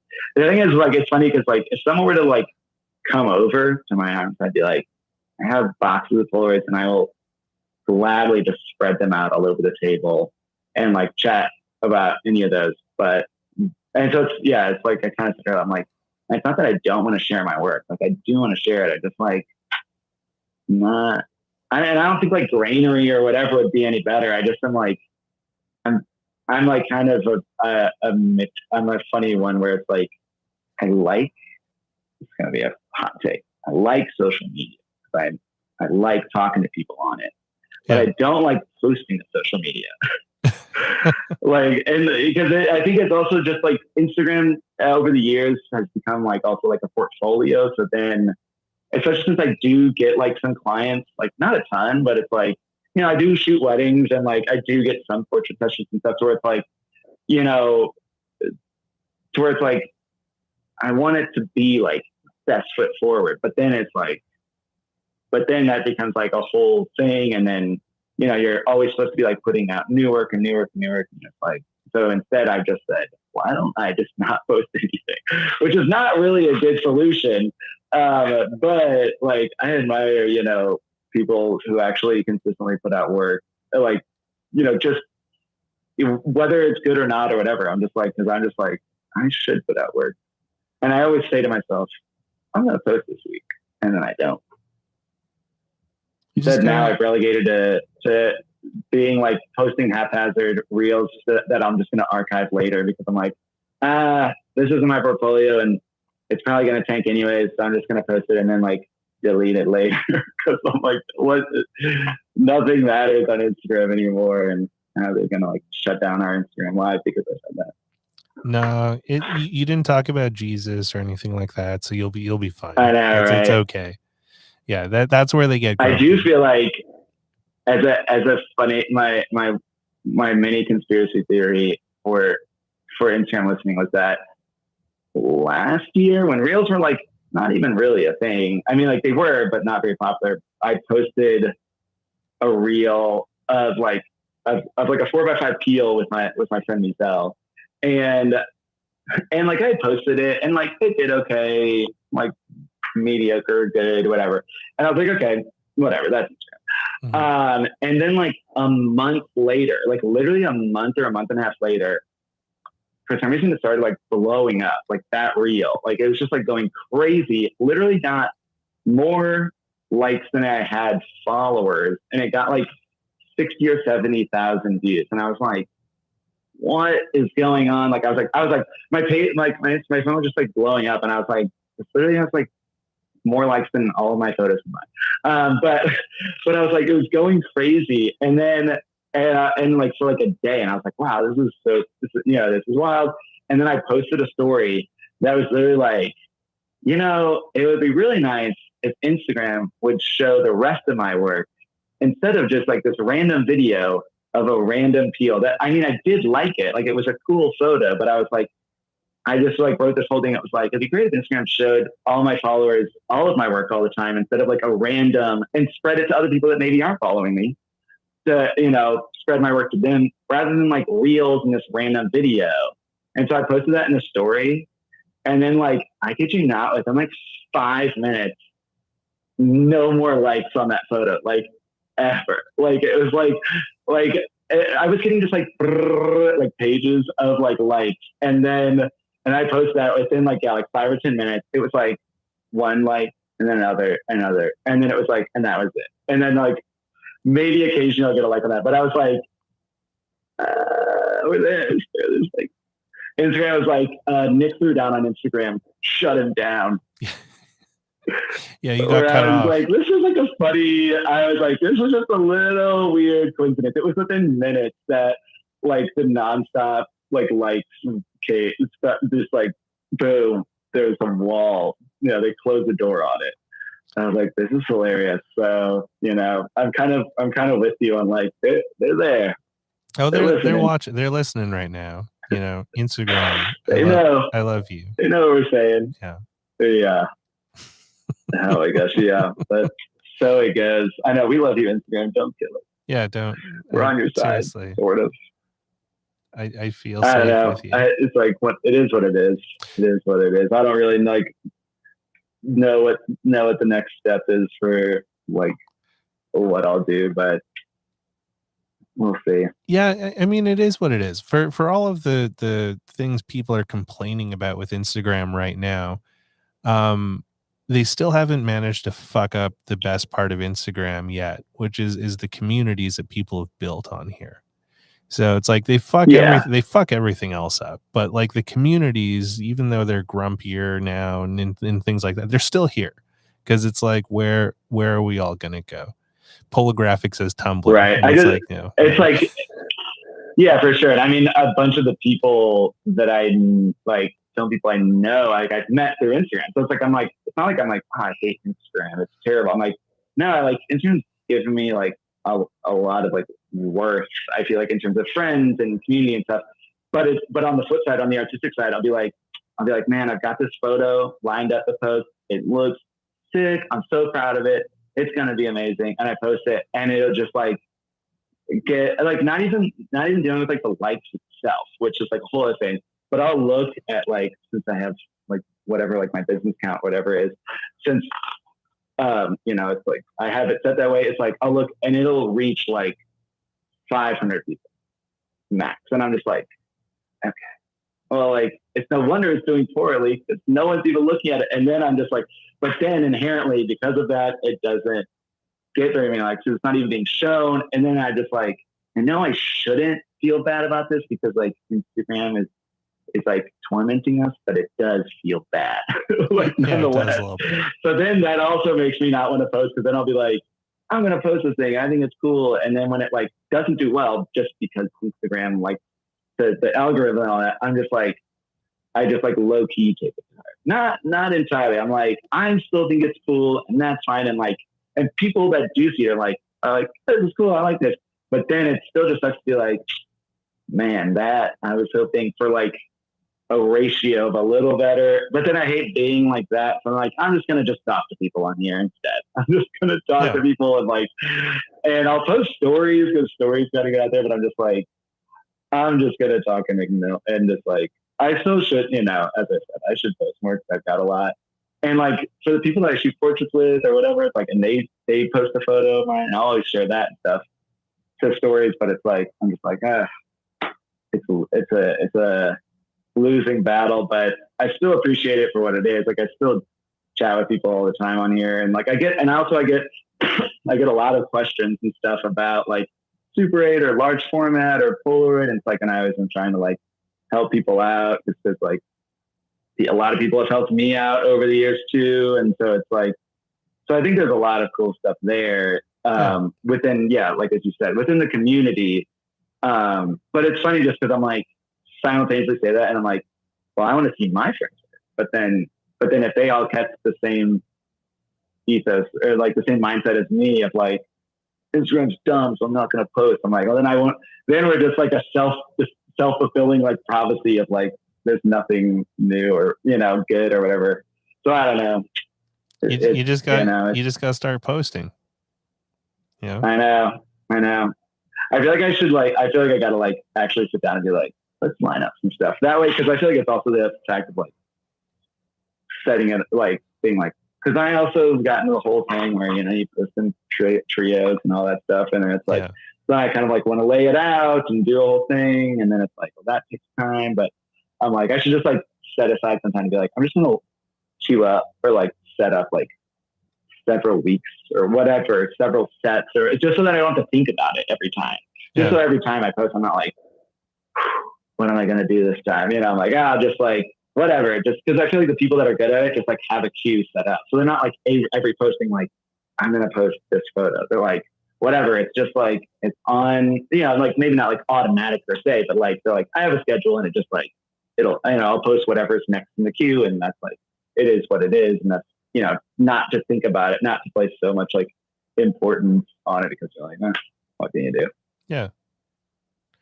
You'll come up with a plan, I'm sure. I know. We'll figure it out. In the meantime, I'll just keep taking tons of photos and never sharing them.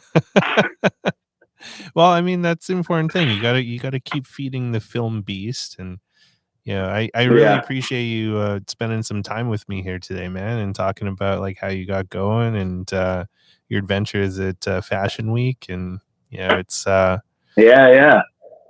I don't know if you're going to come down to Texas PolaCon, but if you go to Bay Area again, I'll probably see you next year. I know. We'll see. It's like, because when is the Texas one? It's the last weekend of September. So I think it's like September 30th.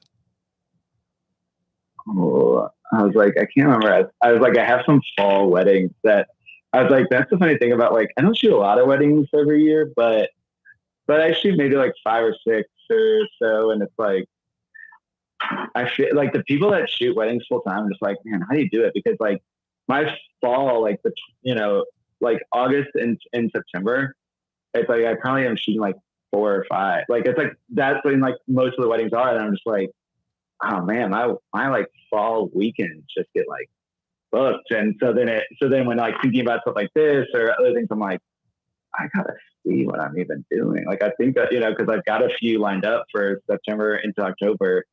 And so it is kind of a bummer. You're like, I enjoy it, but it's also a bummer to be like, the wedding industry literally like relies on weekends, and so I'm like, I love that. Especially since I'm freelance. Otherwise, like I have like a decent amount of flexibility in my schedule, but so then having like weekends blocked out, I'm like, man, that kind of sucks. But I don't know. It's funny because since I kind of like fell into the wedding industry, it wasn't like something I set out to do. And it's just like, oh, you're pretty good at this. And like people are liking your like niche within a niche within a niche of like film within videography within weddings and all this stuff. I have like a funny thing with weddings where I'm like, I think to myself, I'm not really a wedding photographer and whatever, and that's fine. But it's like, and I sometimes I'm like, do I like this? And then when I actually am shooting the wedding, I'm like, I like this. It's like, or like, and then it's like, I have to like get all the super like developed and scan, and then I have to edit it, which is like, editing is like a whole other like mountain of things to where it's like, kind of like make a little story out of it and everything, which is also, again, like, I feel like my biggest thing with like starting projects is like the beginning of like getting them off the ground. And so even like, I'm like, oh, I don't know about weddings. And when I'm actually shooting it, I'm like, oh, okay, this is cool. And I like this. And I'm like, I'm a people person and everything. And then the same with the editing where I'm like, oh God, I got to edit this. And then I kind of like sit on it for a minute. And then when I actually start editing, I'm like, oh, but like, this is cool. And I enjoy it. And like the footage looks great and everything. So yeah, it's always a delayed, like I start out slow and then it gets better from there. But yeah, I mean, the wedding thing is just funny because it does eat up a lot of weekends during like the good weather season. Yeah, which is kind of. But you gotta get that money though. I know, right? It's like, I mean, that's the thing. It's like, it's New York City, and it's like, and it's fun. It's also just like, I mean, a lot of what I shoot is like almost literally just like an excuse to shoot film. It's like, I love film. I love using the cameras, and I love like, doing what I can with them. And it's like, whether, whatever the medium is, that's why I kind of pop around to a lot of different like subjects. I'm not like, oh, just travel or just portraits or just like, weddings or whatever. I'm like, I kind of just like the process, and I want to make cool images out of that. Like, and so that's why I kind of have hopped around to a lot of different things over the years. And I'm kind of, I don't know. I'm not like stuck on like, oh, I just shoot this. Because I'm like, I kind of like it all. Yeah. Which doesn't necessarily work out portfolio wise. For being like, I don't know, I have everything. I have travel. I have fashion-y things. I have portraits. I have weddings. I have random side projects like my like park portraits. But it's like, but at the same time, it's like, you know, that's okay. It's good to have Just diversity, though. do it anyways. Yeah, exactly. And it's like, I enjoy it, and it's like, and so that's kind of the big thing for me. Is like, even if it's not all like out there in the world, or it's like not gaining me anything externally, it's like that's still, it's a fun hobby to pour money into. Exactly. You know, it's definitely not a hobby for people that are attached to their money at all. Yeah. True. I mean, that's why, it's like, I'm like, oh, would be in some ways, I know plenty of people are like, oh yeah, I want to do photo as a career and stuff. And I'm like, that sounds awesome. Like, it's like, because in a lot of ways, like I would say nowadays I get more like enjoyment from photo stuff than animation. Mm-hmm. But just because, animation to me is, it's kind of a funny, it's like, it is work to me. Which I still enjoy it because it's still artistic, but it is work. And so it's like, where I'm like, oh, I like photo. I'm like, oh, that would be cool to like get like paid for like some of the stuff that I'm just like pouring money into.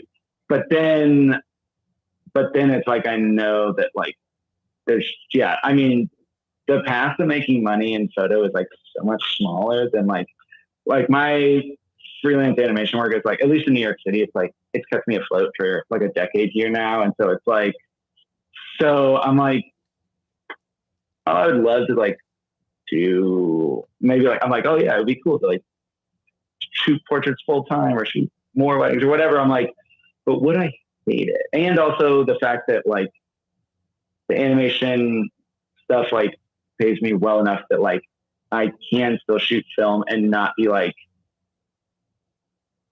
if I don't get a job, I'm dead.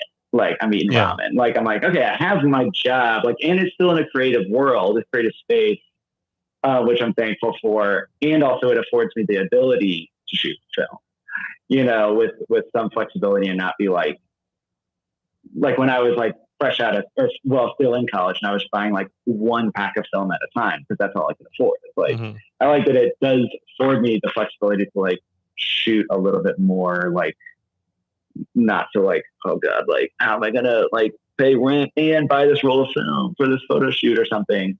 I'm like, okay, I can live my life and shoot film and I still make some money from it. It's like, I still shoot some weddings and I still have some people like book portrait sessions and stuff. So it's like, so it's not, it's a little bit of a side income, but it's not, not the main shtick, but who knows?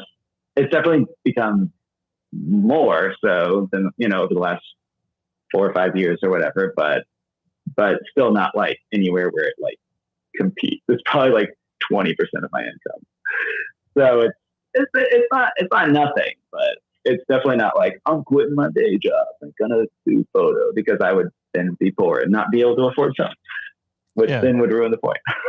Well, you just gotta find a balance, and maybe you'll work up to that point where you could do I know, less right? of that Yeah. other work. Maybe I'll get to like, I need a 50-50. It would maybe be the ideal, because I think it's like, I still enjoy animation. It's like, in some ways I'm like, oh, animation, but then it's like, but it's still, when I'm doing it and on projects that I get to be a little bit more creative on, I enjoy it quite a lot. As with a lot of creative things, the money is not in creative things. It's like funny. It's like the projects that I get paid better on for animation are like for like pharmaceutical, and they'll pay like 5 times what a project that like, I'm like, this is so cool. And it's open-ended and they're just like, do whatever you want. We just want something cool. I'm like, sweet. And they're like, here's our tiny budget for you. And I'm like, cool. It's all about balance. Where it's like, then I'll take maybe these like pharma companies that like have me do these really dry, terrible animations. And then that offsets, the cooler animation projects and offsets film and like the ability to like explore that without, living on the streets, especially in New York City, where it's like not the cheapest city in the world. No. So it's like, it's about trying to like balance it, but I love it. I love it all, and I love New York City, but it's like, sometimes it can be a little bit of a challenge. Well, it sounds like you're making it work though, and I'm trying. I hope you can get more of the film into the mix there in the future, to enjoy more of that stuff. Yeah. Trying. Yeah. But it was so great to have you on here, man. And I hope to run into you sometime in the future in person. That'd be really awesome. I know. Did I miss any other, saucy chat things? Hello, this is Kyle says, wait, New York City isn't cheap. And Han says, New York, Jersey, same. What? Yeah. And then Polographic was asking if you've been to Blend or Dash Bash. No, I have not heard of those. I'm not familiar with those either. But I was like, I have that. Yeah. But thanks for hanging out. And was it next week? I've got Brisa, aka Violet Femme, on here from California. So that should be a lot of fun. So looking forward to that episode. Good deal. And thank you again so much for your time and everyone for hanging out with us. And you got any parting things there, Nick? Not particularly. I mean, anyone ever stopped by New York City, let me know. I'll try and, cut out a flight of time, meet up, shoot a couple of portraits in the park. Sounds good, man. Well, if I end up in New York, I'll definitely let you know. And do it. Thanks so much for spending this time with me, everybody, and for tuning into the chats. Can't believe it's like 101 episodes now, which is kind of crazy. And if y'all are headed to Policon this year in Texas, let me know. I'm going to be down there in person, and we're going to be doing a live panel of the chat. So it should be a lot of fun.